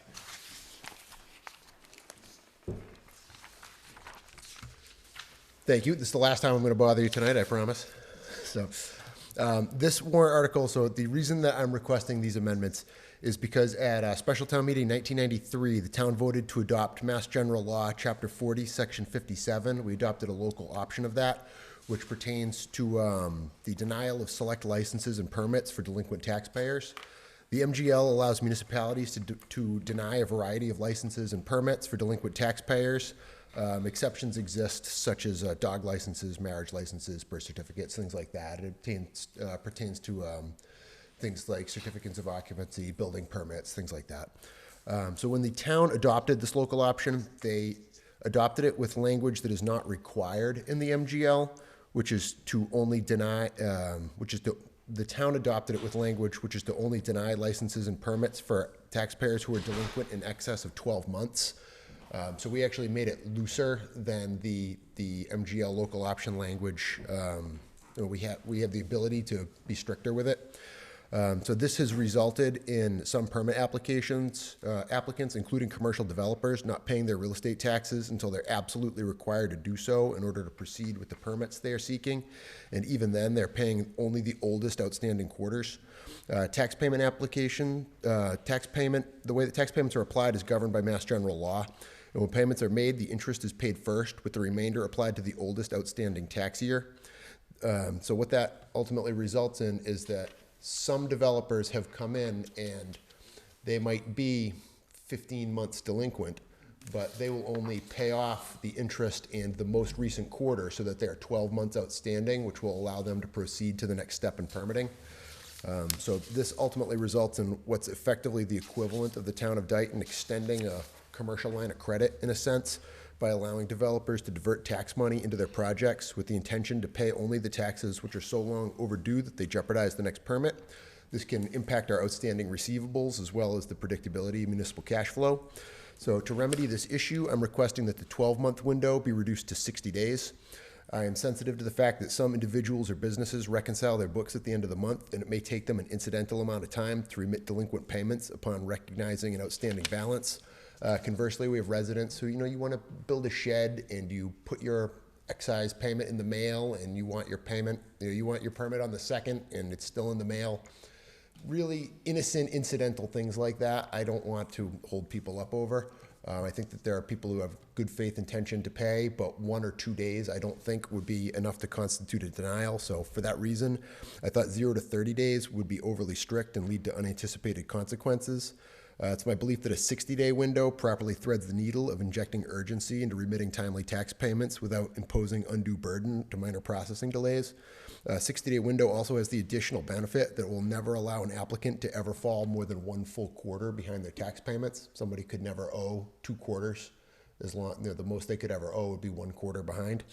And so that will increase the predictability of our cash flows. Additionally, in the Mass General Law, it states the tax collector or other municipal official responsible for records of all municipal taxes, assessments, betterments, and other municipal charges, hereinafter referred to as the tax collector, shall annually furnish to each department, board, commission, or division hereinafter, referring to as the licensing authority that issues licenses or permits, including renewals or transfers, a list of any person, corporation, or business enterprise, hereinafter referred to as the party that has neglected or refused to pay any local taxes, fees, assessments, or betterments. After the word furnish in the bylaw, I have proposed an additional amendment of or make electronically available. The reason I'm seeking that amendment is because if the delinquency window is reduced to 60 days, then an annually furnished list will quickly become insufficient to the task of determining delinquency.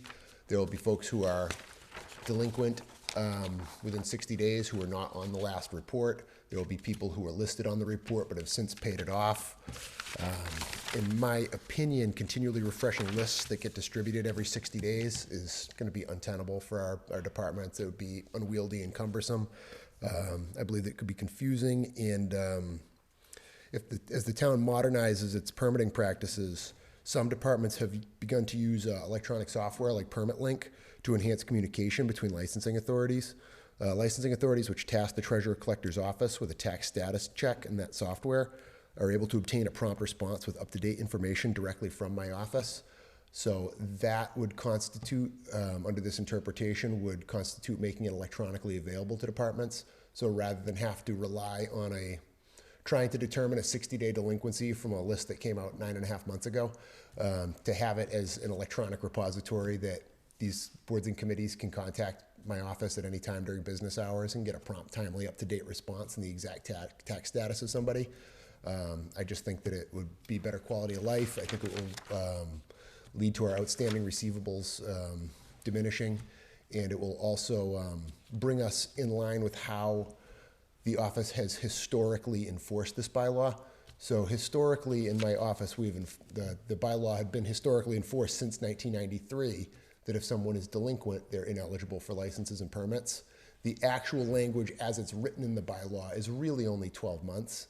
So this is going to, on top of hopefully help with our receivables and make things easier and more straightforward, it's also going to bring the past practice of the office more into alignment with the actual text of the bylaw as well. Wow. Okay. Very good, very good. Yeah, that was a lot of work. Yes, thank you. Thank you. You answered, you made it hard to, I mean, you really explained everything so well, so thank you. Thank you very much. Thanks for your hard works. It brings us to Article 38, which is a proposed update to the parking regulations, general bylaw, which is being proposed by Highway Superintendent Ferry.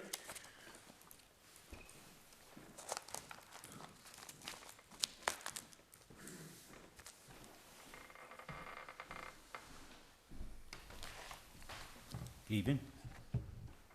Hi. What I'm gonna do is I'm just actually gonna pull up the current text of the general bylaw, so everyone can actually see the changes.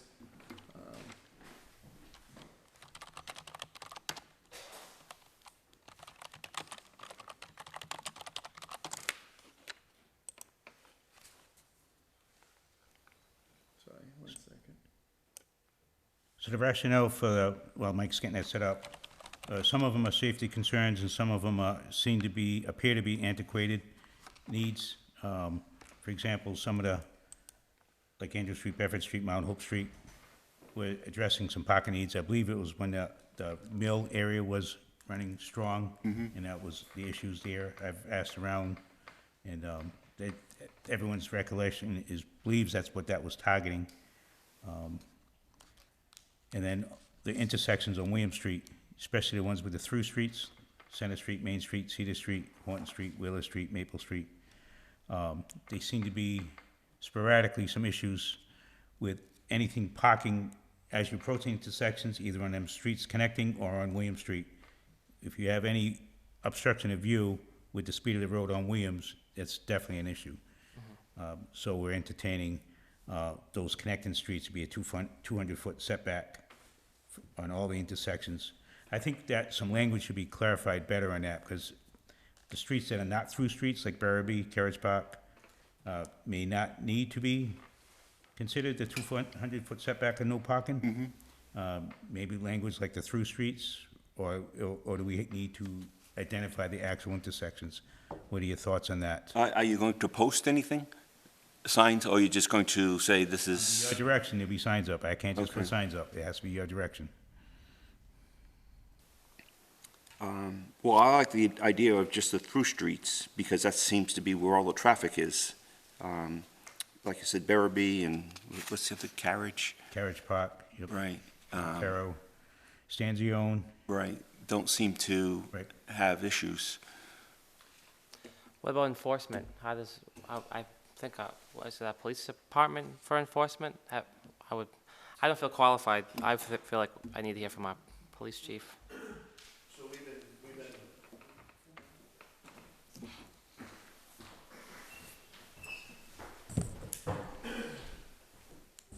So we've been addressing all the enforcement issues as they come in from the residents. The speeding and stuff, especially on William Street. We bought a traffic data recorder last year through the highway safety grant, which has helped us really like pinpoint like heavy travel times, top speed, low speeds. If there is speeding at all, sometimes cars can go by and they seem like they're traveling faster than what they really are, or even trucks, because they sound bigger and faster. They're not really speeding, but sometimes residents call. And so we've been addressing all enforcement issues throughout town, and I've been working with Mr. Ferry over the years, especially up at the north end, Bedford Street, all those other areas with parking issues over the years as well. But we have been out there doing enforcement pretty tightly. Would you guys feel comfortable working on this, looking at this bylaw together and like the through street conversation? I think if you guys were happy, I would just refer to your recommendation. we can, and I'm sure this goes through legal also. Yes, like I'm So legal long as as we value give reviewing. the intent of the bylaw, Yes. what our request is. Yeah, just a quick question like on that, Tom. So, like under actually like section 3B, which now reads, under 3B, no person shall park a vehicle on any of the following streets at any time. Park Street. So Park Street, there's no one parking on, on one side. Were you, I'm sorry, I forget, but were you proposing to strike B all the way out there? You're saying section 3, Yes. B? Yes. It now reads Park Street Yes. on the south side between Spring Street and Mount Hope Street. Yes. I'm suggesting we eliminate that and change it, still have B read both sides of Cedar Street from Purchase Street to Smith, where we have a known problem up that area. Oh, okay. I want to So you change wanna that strike what's in sentence. the village and move to a different area of town? Right. Okay, okay. So that section of Park Street, Yep. Park Street is one of the widest roads in town. Yep, And okay. most unutilized roads. It's almost 80 feet across in some places. Yeah, like I mean, to be honest with you, I just really got confused about geography. To think, okay, well, the Park Street up there, Yes. then the Cedar Street down there, and how does that, alright, that helps, thank you. Okay, and it's helpful to hear the feedback on what could be D, considered D, the William Street, all intersections.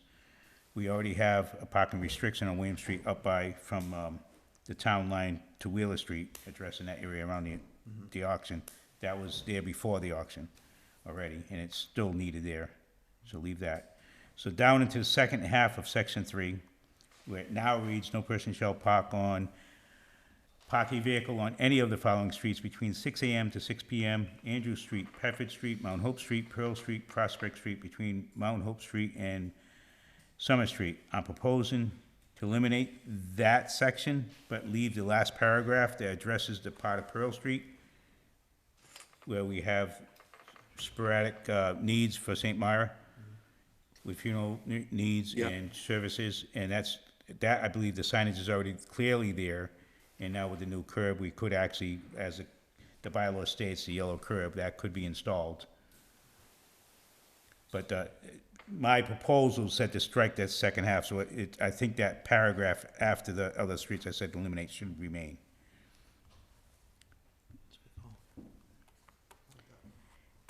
Then after that, section 4, the 3-hour parking, I propose to eliminate the 3-hour parking as described, but leave the section blank for future use. That's pretty straightforward. So no person shall park a vehicle, currently it reads, no person shall park a vehicle for more than 3 hours on the north side of Park Street from Spring Street to Mount Hope. Again, I believe that was for mill use. They used to nose in the vehicles diagonal parking back in the day. Right. On both sides of the road. So obviously, the other sections that are no parking, like for snow emergency and whatnot, would still apply. But that's what I'm proposing. Is everyone comfortable, Mr. Town Administrator, are you comfortable with this? Or do you guys think you guys should have a sit-down about this, or do you think this is?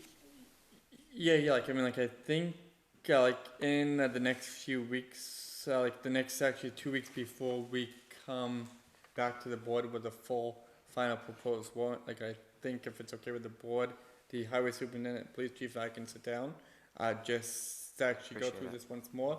Yes. Like, I would, and just as we really seek to finalize everything and bring this back, one thing that we can do when we do sit down that I think would be helpful, like, is to propose a warrant article with basically strike-throughs. So, so the board and then the public can actually see how what's being proposed exists to what is actually currently in the bylaw as well. And I think that will help provide a lot of clarity as well, if that's okay with everybody. Yeah, then once, I mean, this does get talked and discussed and acted on. I think once it's posted, I think it has to be, notified to the public through social media and through the town. Yes. And I think you have to, 30 days, I think, to, before you can start enforcing. Enforcing. Give the public a chance to, get used to the new laws. Thank you. I think it goes through Shara too. After town vote, we get a, Oh, yeah, and the, Yes. Thank you, Tom, for Thank bringing you. this forward. Thank you. and then, Articles 39, 40, and 41. We do, I believe, so I'm gonna switch back to screens. I do believe we have Ms. Goulat, still with us, Nancy. Do you wanna give an update on where things are with the proposed pilot agreements?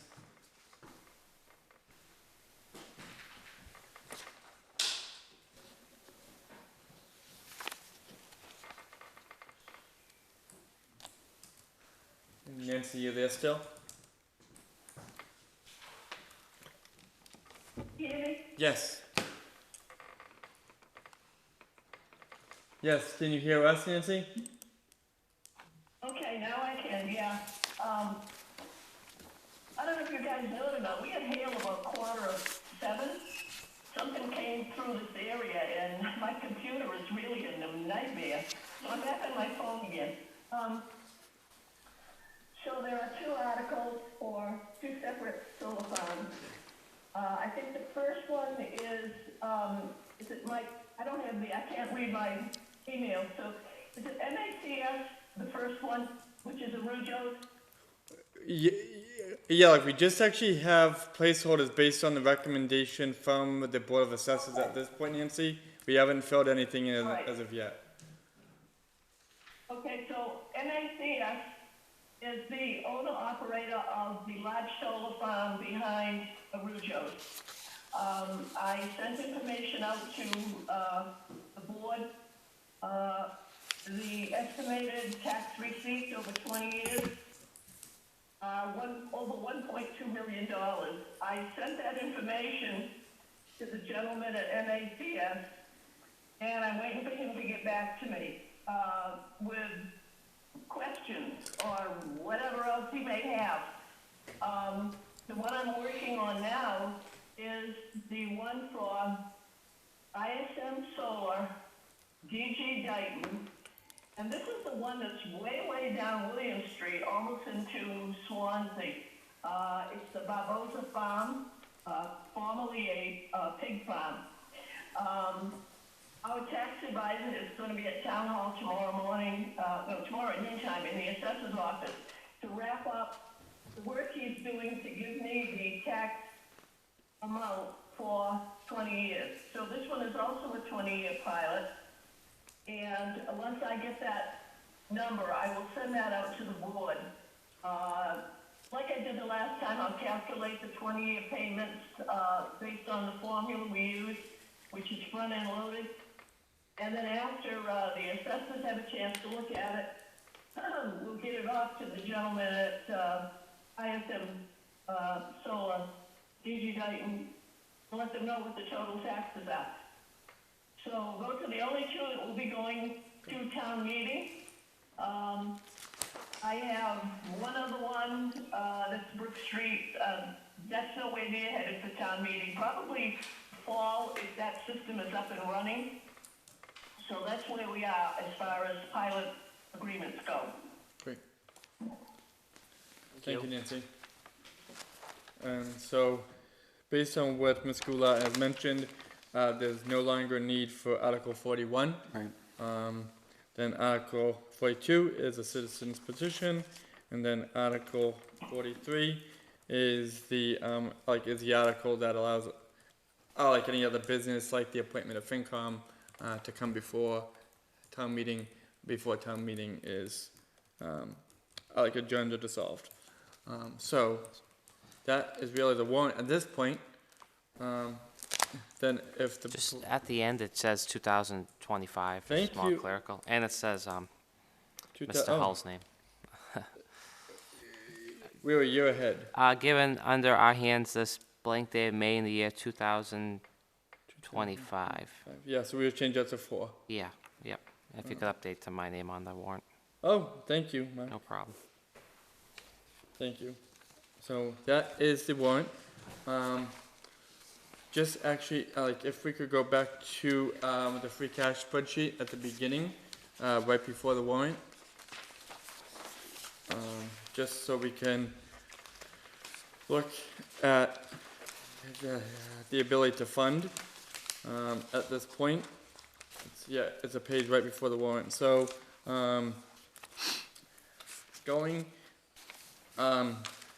going into town meeting, if we, based on available free cash with the FinCom, one second. Using the FinCom recommendations, the available on, I'm sorry, I'm screwing this up right now. Okay, I'm sorry. The use of free cash with the FinCom recommendations would, well, I'm gonna screw this up. Can you give this overview? Huh? Do you want me to say it? Yeah, like I'm gonna screw this up if I try to represent that, and you'll do a better job. So, with the budget that the FinCom recommended, and the recommendations that Mr. Mullen has come up with, that leaves a free cash of 184. But then the Selectmen's recommendations staying the same, but not including Board of Health, then that would add back in 57,000. So that would leave 127,000 as a whole stock. Wow. And can I just clarify that? Yes, please. The Board of Health, the Selectmen, we're not gonna change their recommendation for the Board of Health? Yes. Okay. So yeah, based on that, yeah, we also have to assume that the Board of Health will be funded at town meeting. Yes. So that would, with the Selectmen's recommendation, that brings, based on what is being proposed, and we can get to that in a minute, but with assuming the Board of Health is actually funded at town meeting, the available free cash with the FinCom recommendations is 180, would leave a holdback going into the next certification of free cash of $184,000. If we went with the Board of Selectmen's recommendations, would leave a holdback of $127,783. What we could fund in terms of what has been proposed in warrant articles, while also giving us ability to have a holdback, because we know by the time we get to special, we do have obligations like the lease, purchase of a fire engine, and other things that we also have fulfill the obligation on as well. But anyways, what we could fund under those holdback options would be $50,000 into capital stabilization, $85,000 for new police cruiser, $75,000 towards Main Street, $50,000 to conservation legal, just over $8,500 for a highway department line striping machine, $15,000 for old Somerset Ave drainage, $10,000 for the highway department bathroom upgrades, $6,300 for town clerk poll pads, $32,500 for the DF phone upgrades that would be funded by free cash until we hear otherwise from ARPA, which we'll pursue, and then $15,000 from the highway department enclosed trailer. What we wouldn't have the ability to do based on that at this point, we'd have to revisit at special, is the $230,000 for the dump truck, and the $140,000 right now for the highway department excavator. Just based on those options. Obviously, the board has the prerogative to prioritize differently, but we wanted to propose anyways. I wanted to propose a starting point for discussion. No, I appreciate that. When does this warrant have to be voted on? by the 22nd of May. Can we can vote on the 22nd? Mm-hmm. That's to the wire. I would suggest, oh, well, that's the next meeting. Is the Yeah. Right. 22nd. Just without Nikki here, I'd rather have her opinion. Puts us at the 22nd. Yeah, that has to be the drop, that will be the drop dead date. Right. Yeah, like, What time on the 22nd? Just, yeah, like, so we can post the warrant. Yeah. So it can be finally approved and signed. So then on the 23rd, we can coordinate with the town clerk. Okay. To have the. so it would happen on that Thursday. The constable. Yep. That makes sense. That's right at the 2-week mark. Yes. Yeah, like in prior years, we have gone right at 2 weeks and posted on the Monday.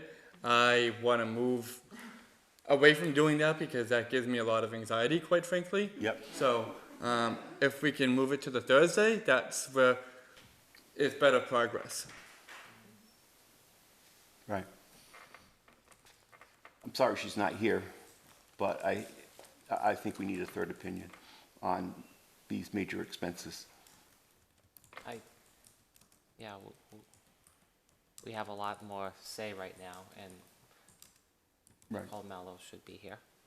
Do you think we should, and I hate, either way, we're giving more work for all our hard workers at Town Hall. Do you think we should do a special meeting? That's Oh, I have no issues with that. yeah, that's honestly for room. That's not a bad idea, in my Sure. opinion. Like next Wednesday?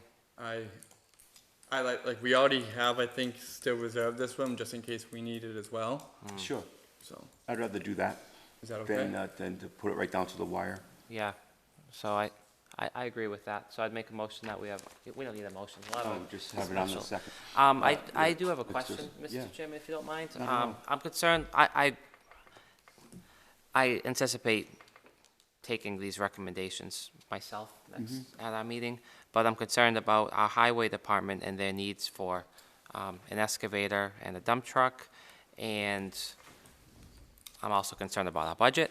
But I wanted to know, if you don't get those items and we have Main Street and drainage and all of those things, you must need additional resources to get them then. Would you need rental money to rent this equipment, or what resources do you need if it's not recommended at town meeting? So as far as the truck, I'm waiting for solid information on a possible 2 to 3 year lease. That was one thing we did not discuss. That may help with that decision. As far as the backhoe failing while we're using it, I'm not sure if the Chapter 90 would cover the rental. That would be a surprise expense. But Chapter 90 could entertain the purchase of equipment. Okay, But again, you're taking out of one pocket and the other. It's still going to be going towards the projects anyways. okay. But we could entertain that being a purchase. I'd like, if it's all right, amenable to everyone here, for next Wednesday, can we come up with a solution for that? Because clearly we don't have the funds for these two Right. items, but I'm really concerned, like, you have so many projects that's going on, and Chapter 90 is probably, like you said, it's all earmarked for other projects. Right, and like I said, if you kick the can next year, Yeah. these other needs that are pressing too, they're just gonna be more pressing next year on top of that, so it Yeah. snowballs. So I would really hate to go, you have these large needs for your department, and it's pretty extreme, the request to what we can fund. So it'd be nice if we could have something in there for you, whether it's rental or, some sort of cushion for the highway department, because we depend on you so much, you do so much, and our ability to pay for these things is not there. Thank you, and it's important that we give a package for the voters that make the ultimate decision. Right, informed decision, correct. So would you be willing to work with the town administrator and come up with a recommendation on that for us for next Wednesday? Is that possible? Yes. Is it? Yes. Yeah. Yeah. Thank you. The challenge is just actually going back to the borrowing, borrowing on a used excavator. That's probably more impossible than borrowing on a new one. So it's a double edge. It's oh yeah, like it's a double-edged sword there, while I mean, unfortunately, at a point we're trying to rob Peter to pay Paul. Right. With a whole bunch of things. But I wholeheartedly hear what you're saying. And, Okay. we'll follow up and try to explore other options there. Okay, thank you. Thank you. Appreciate it. Thanks, Mark.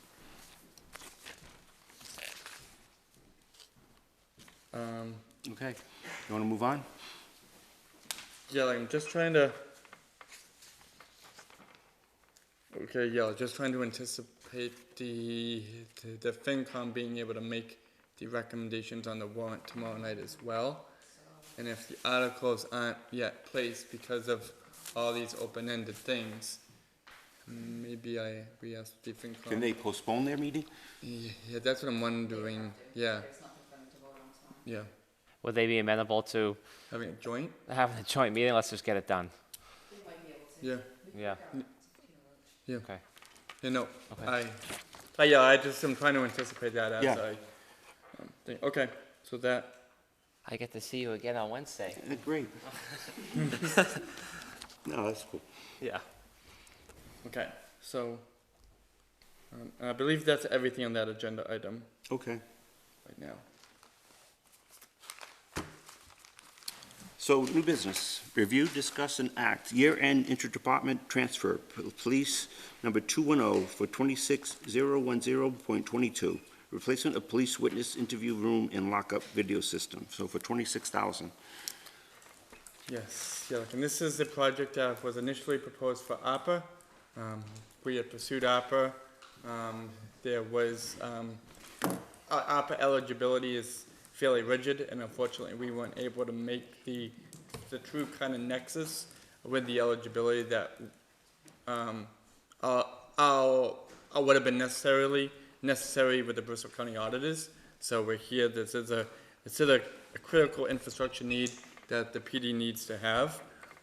We do have the ability to do a year-end transfer now because we're beyond May 1st to just basically fund the project now to move on and get it done and have the whole system upgraded. Fantastic. Okay. I'm prepared to make a motion. Yep. Okay. I'd like to make a motion to approve the interdepartmental transfer for police in the amount of $26,010.22. I'll stick, go ahead. To be taken from health insurance, and to be used for the police department witness, interview room, and lockup video system. I'll step down and second that. Any discussion? All those in favor? Aye? Peter Karen's an aye. Thank you. I just have the actual original form, if you don't mind signing it, and then I'll be able to post that tomorrow. Sure, the pen just died. Thank you. So that way the forms will be available for him tomorrow. Great. Much needed. Do we need the FinCom on that too? Oh. Yes. we do actually, so that'll be Next week, yeah. Wednesday, thanks. Thank you. I'll give that to you. Thank you. If you need it, you can. Do you mind? No, it's okay. It's coming through. Oh, it started working again. Thanks. Thank you. Thank you. Thanks, Serena.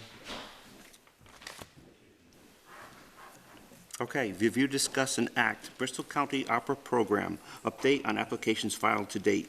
Yes, I am proud and pleased and excited and everything else to share that we've been making a lot of progress on our applications and committing our remaining funds. Based on the ARPA plan that the board approved back in February, we had already proceeded with based on the approval last summer with the ARPA application for the sewer department pump station upgrade right by Dayton Power, and I believe we were just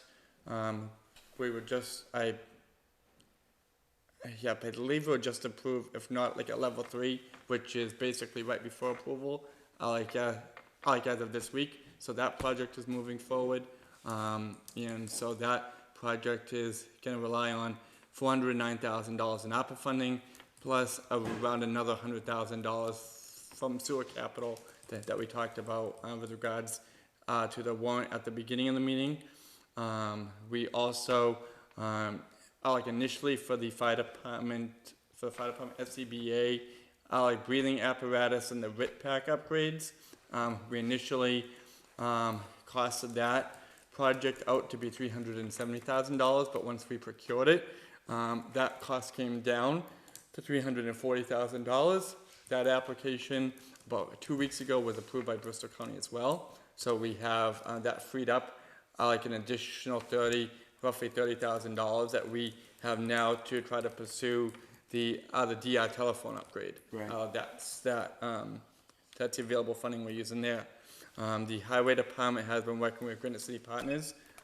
We believe we'll have the cost estimates and the accompanying information to be able to like apply for the Main Street funds, hopefully within the next week or so, so we can apply for that and move forward to commit that funding as well. We also the planned review and the like and all the updates with regards to the stormwater regulations, to our MS4, to meeting our MS4 requirements, including the outfall mapping, and getting all of our outfalls mapped into GIS as well. We actually, like earlier this evening, once what I realized is Bristol County, even though we do have proposals from the engineers who we have on contract, we do, and we've been hearing from Bristol County that they want updated proposals. So I heard back from Weston Sampson actually this evening with an updated proposal with the same dollar amount there. That will allow us to apply for and commit the about the $45,000 in funds to complete that project as well. So we're actively working to commit all of our available funding. We're making progress. Like it's really been a team effort. Serena has been amazing. All of our departments who we've been working with have as well. And it's been a full court press, but yeah, like we're making progress, and I'm not anticipating any issues at this point. Great. Awesome. So I just wanted to provide an update on that. Probably at the next meeting, because the funding allotments have changed, I will probably try to bring before the board kind of like an updated plan with the more true up costs. So we have the board's approval. We have the board's approval really memorialized there. So in a few years, when we have to go through that auditing process, we won't just be relying on the initial approvals. We'll be relying on the approvals with the true up numbers too. Okay. So I just wanted to provide an overview on that. If there's any questions. No. Okay. Explained very well. Thank you. Thank you. Thank you. Review, discuss, and act Massachusetts Community One Stop. Yes. 2000 sorry. Oh, go ahead. So this is a grant application process that the state retooled about 3 years ago now. They took a bunch of not connected grant opportunities and they created a portal to have really what's called a one-stop. So a town would go in, it would try to identify the projects that it is really proposing to complete or look at. The one-stop portal would provide feedback based on what is called an expression of interest. That's basically the very bare bones. Here's a project I'm thinking of. How does the state view its eligibility? The options in terms of what type of grant program can fund something like this, and so forth. The expression of interest process used to be a lot more involved. This year it changed from basically a 2-page outline to having a 3-sentence outline of what the project is and what it would mean for the town. Just based on the recently approved economic development plan, and and based on discussions with the chairman of the DDIC as well, and the punch list process that's already being envisioned by the DDIC to really begin in planning out achieving some of the recommendations. Like I did propose that I wanted to get feedback from the Executive Office of Economic Development. I wanted to get feedback on a townwide zoning review, and also on a possible Route 44 sewer extension feasibility study. Both were priorities that were very much recommended from the economic development plan approved by the board at the end of last year. Both would begin a process that would begin looking and just exploring those options.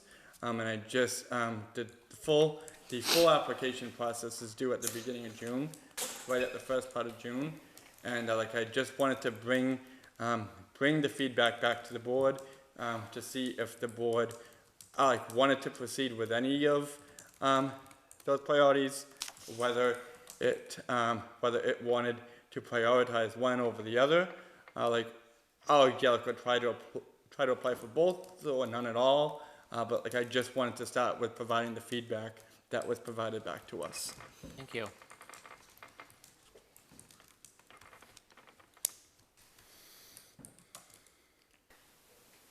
We just for edification, we were all ready to apply based on the input from DDIC last year for a zoning review. Fortunately, but unfortunately, the day that the grant was due was the day that unexpectedly my 11-month-old son was born. So Yay. the craziness of that day kind of pushed out my ability to apply for the grant. So, Yes. So we do have an application for the zoning review basically done, but again, based on all the projects and priorities and everything we're trying to juggle right now, I wanted to just bring everything back to the board and get some direction from the board about which of these the board thought we might want to prioritize or not, or anything else. So the zoning review is done? Yeah, the application is basically out right Yeah. And how long would it take to write the application for the sewer extension? I don't believe long at all, to be honest with Okay. you. That would really be a very exploratory feasibility study. It'd be expensive. The project would, but as a town with the economic development possibilities, we really wouldn't know anything about how expensive it would be or how we could leverage new economic development against it. Yeah. Until we have, can explore a really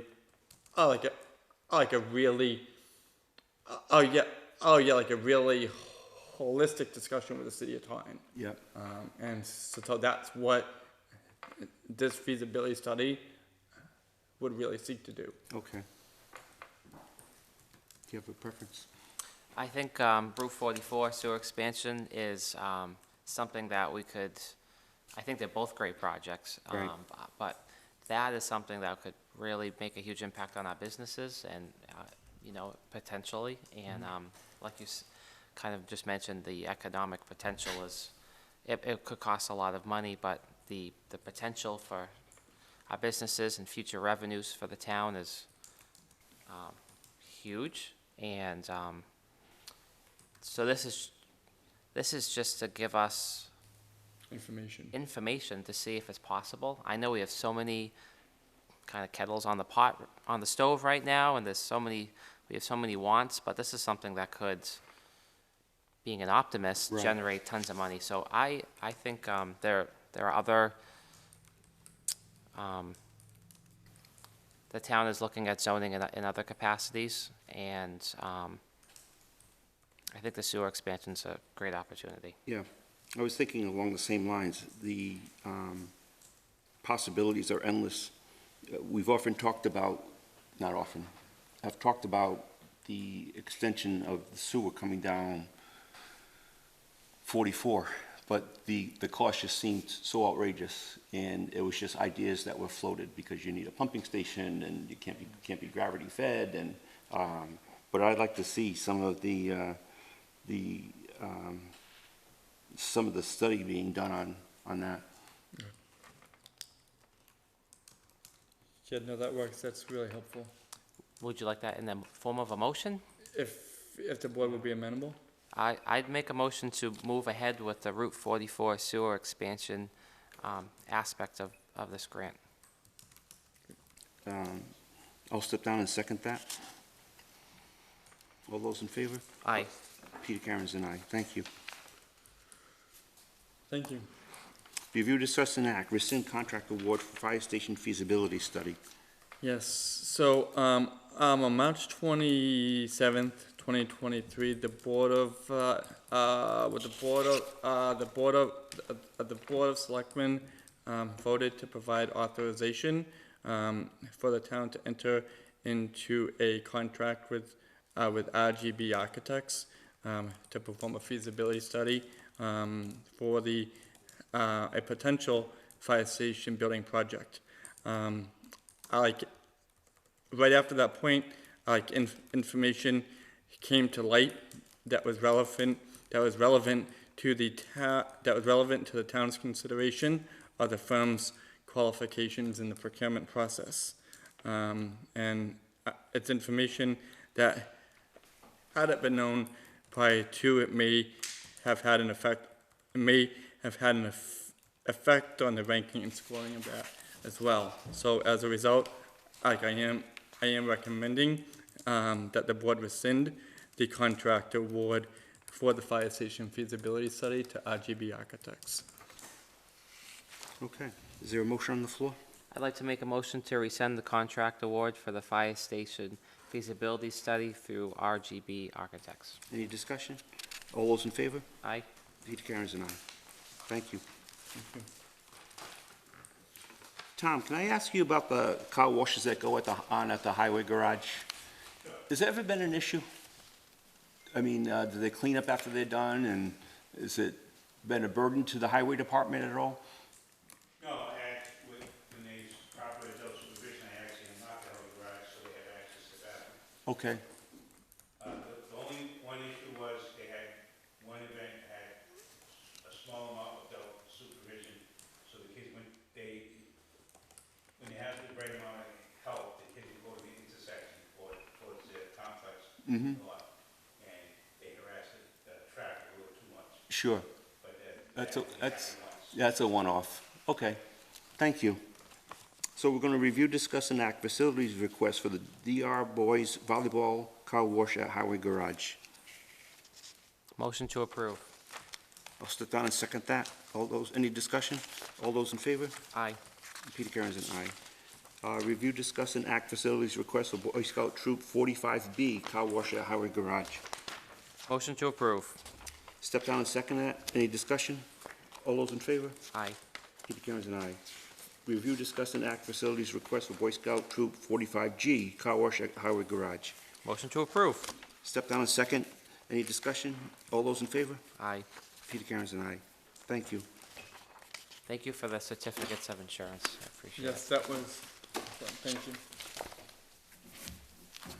And Acknowledge- and just before we go on to acknowledgements, I just actually want to apologize to Executive Director Powell, because she was here earlier, and I actually mentioned, because of what was addressed with regards to the warrant, that she was all good, and she didn't have to stay if she didn't want to, but and I was preoccupied with the budget stuff at that point, but we do and be, under acknowledgements, have just amazing news that, I actually, in hindsight, I wish she was Still here. here for to Yeah. celebrate, because oh, it's amazing. I just really want to say that at the beginning of the acknowledgements, so. Sure, thank you. This is to the Board of, what did I do with it?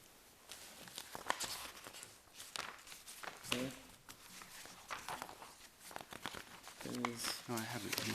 Yeah, it's actually twice. Yeah, like I think there's a, like an there's error in the two packet where letters. the grant award Yeah. is actually in there twice, but Right. but the notification on the, like on the hiring, the Council on Aging's Board of Directors hiring for the candidate of the position of temporary outreach coordinator Right, I have that. has been, okay. Yep. Please be advised that the Council on Aging Selection Committee conducted interviews for the temporary Council on Aging Outreach Coordinator on Friday, May 3rd and Monday, May 6th.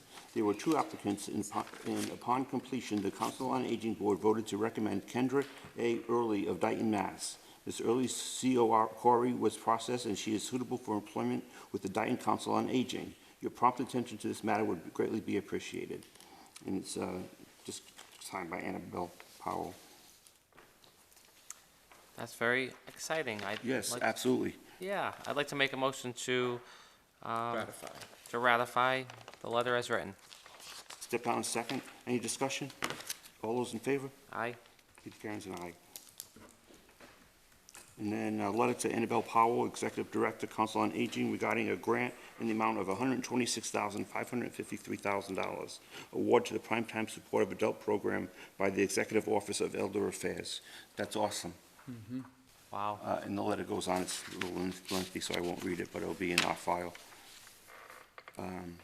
The total grant was, it's just a great thing. It's too bad she's not still here. And I apologize. That's all right. Yeah, I rushed. Yeah, like I mean, if the board, like if the board would be amenable, Mr. Chairman, I do think the board recognizing Ms. Powell's efforts in the letter. Sure. Would be extremely helpful and well received. What Bella and her staff have done, as we know, to reinvent the whole Council on Aging and what it does. Oh yeah, whether it's prime time or a host of the other initiatives that they've launched is just incredible. And I just really want to thank Bella Oh, and does a fantastic job. Krista and Laura. They're amazing. I'd like to take it a step further. I think, you know, they're working so cohesively as a team, and they put their heads together, and they work so hard on these grants. It'd be nice if we could do a letter for our Executive Director Powell and our Laura Medeiros and Trista Tate, and Sure. recognize them for their hard work and bringing in this money for our seniors, and they're doing such a good job over there. We're so lucky to have them. Okay, you can take care of that, Karen, right? Thank you. And then there was a letter from Trista Tate, Program Manager at Council on Aging Prime Time, regarding a donation to be deposited into the Prime Time gift account. And it's to the Board of Selectmen from Trista Tate. It goes on to say, we are pleased to inform you that the Primetime Supportive Day Program has received a $1,000 donation from Noreen Cabral. As usual, all donations are turned over to the town accountant and deposited into the Primetime gift account. Thank you to Noreen. Thank you. Yes, thank you, Noreen. You have the warrants? Yes. All right, I'd like to make a motion to pay the warrants of May 2nd, 2024, 45A-24, in the amount of $122,999.66, and warrant 45B-24, in the amount of $240,000, $269.83. I'll step down and second that. Any discussion? All those in favor? Aye. And Peter Karen's an aye. All right, and I'd like to make a motion to pay the warrants of May 9th, 2024, warrant 46A-24, in the amount of $114,492.44, warrant 46B-24, in the amount of $209,823.17, and warrant 46C-24, in the amount of $2,942,700 $733.25. I'll step down in second. Any discussion? All those in favor? Aye. Peter Karen's an aye. Thank you. Public input. Yes, sir. Just want to remind you of the 3-minute deadline. Oh, no, it won't take that long. Leonard Ho, 760 Main Street, Dayton. During the discussions of the warrant articles and Mr. Pacheco's concern for the highway department's needs, has this board thought about the dump truck and/or the excavator of doing what we did a couple years ago with the fire department when money was tight and they needed a new engine, lease to buy? I love it. The second point, during the presentation about the no parking, it was very confusing. In particular, we had had some discussions about Williams Street, especially in light of what's going to happen with Main Street. And my question is, and Mr. Ferry is present here today, that Williams Street, no parking, will it continue all the way down to Cedar Street? The 200 foot? 200 feet past Cedar Street, both sides, 200 feet to the north of Main Street, both sides, 200 feet up Cedar Street, both sides, 200 feet down Main Street, both sides. Okay. No, thank you. That's what we had spoken about before, and I just didn't understand if there had been a change, and thank you. The last item, Mr. Pacheco, I agree with you in regards to capital stabilization. As we go forward, I want you to think about this. You have 1.6 million in capital stabilization at this time. You will be spending 1.5 million from capital stabilization for the elementary feasibility study.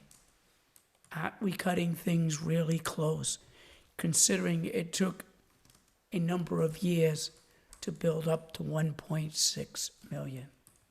So as you go forward, please think strongly about paying yourself first. I love it. Thank you. When I first became a member of the board, Robert Rendon and I, at a FinCom meeting, we had a gentleman's agreement, and it was a pledge that we would do that and that we would go forward. And 10% of free cash would go to would go to capital fund, and then we would negotiate how the split would be, whether it go all just the capital or all the stabilization, or 50, 20, 50, between the both. We, for 2 years, made that a priority, and I would strongly recommend that we return to that priority. Thank you. Thank you. Thanks, Mr. Hull. Okay. Approval of the Board of Selectmen's regular meeting minutes for April 21st, 2024. I would like to make a motion to approve the Board of Selectmen meeting minutes from April 24th, 24. Step down in second. Any discussion? All those in favor? Aye. And Peter Karen's an aye. We're going to go into executive session. Obviously, that means I have to leave. Oh, no. No. We need you. Anyway, we're going to go to an executive session. The Massachusetts General Laws 30A, Sections 21A2, to conduct strategy sessions in preparation for negotiations with non-union personnel, or to conduct collective bargaining sessions or contract negotiations with non-union personnel, the town administrator. Under Mass General Law, Chapter 30A, Sections 21A3, to discuss strategy with respect to collective bargaining or litigation if an open meeting may have a detrimental effect on the bargaining or litigation position of the public body, and the chair so declares, and the chair does declare. This is for Dayton Firefighters Local 4332. Under Massachusetts General Law 38, Sections 21A7, to comply with or act under the authority of any general or special law or federal grant and aid requirements. So you need a motion to go into executive session. I would like to make a motion to go into executive session as stated. Step down second. Any discussion? All those in favor? Aye. And Peter Karen's an aye. Thank you. Thanks, Mr. Hall, for staying. Thanks, honey.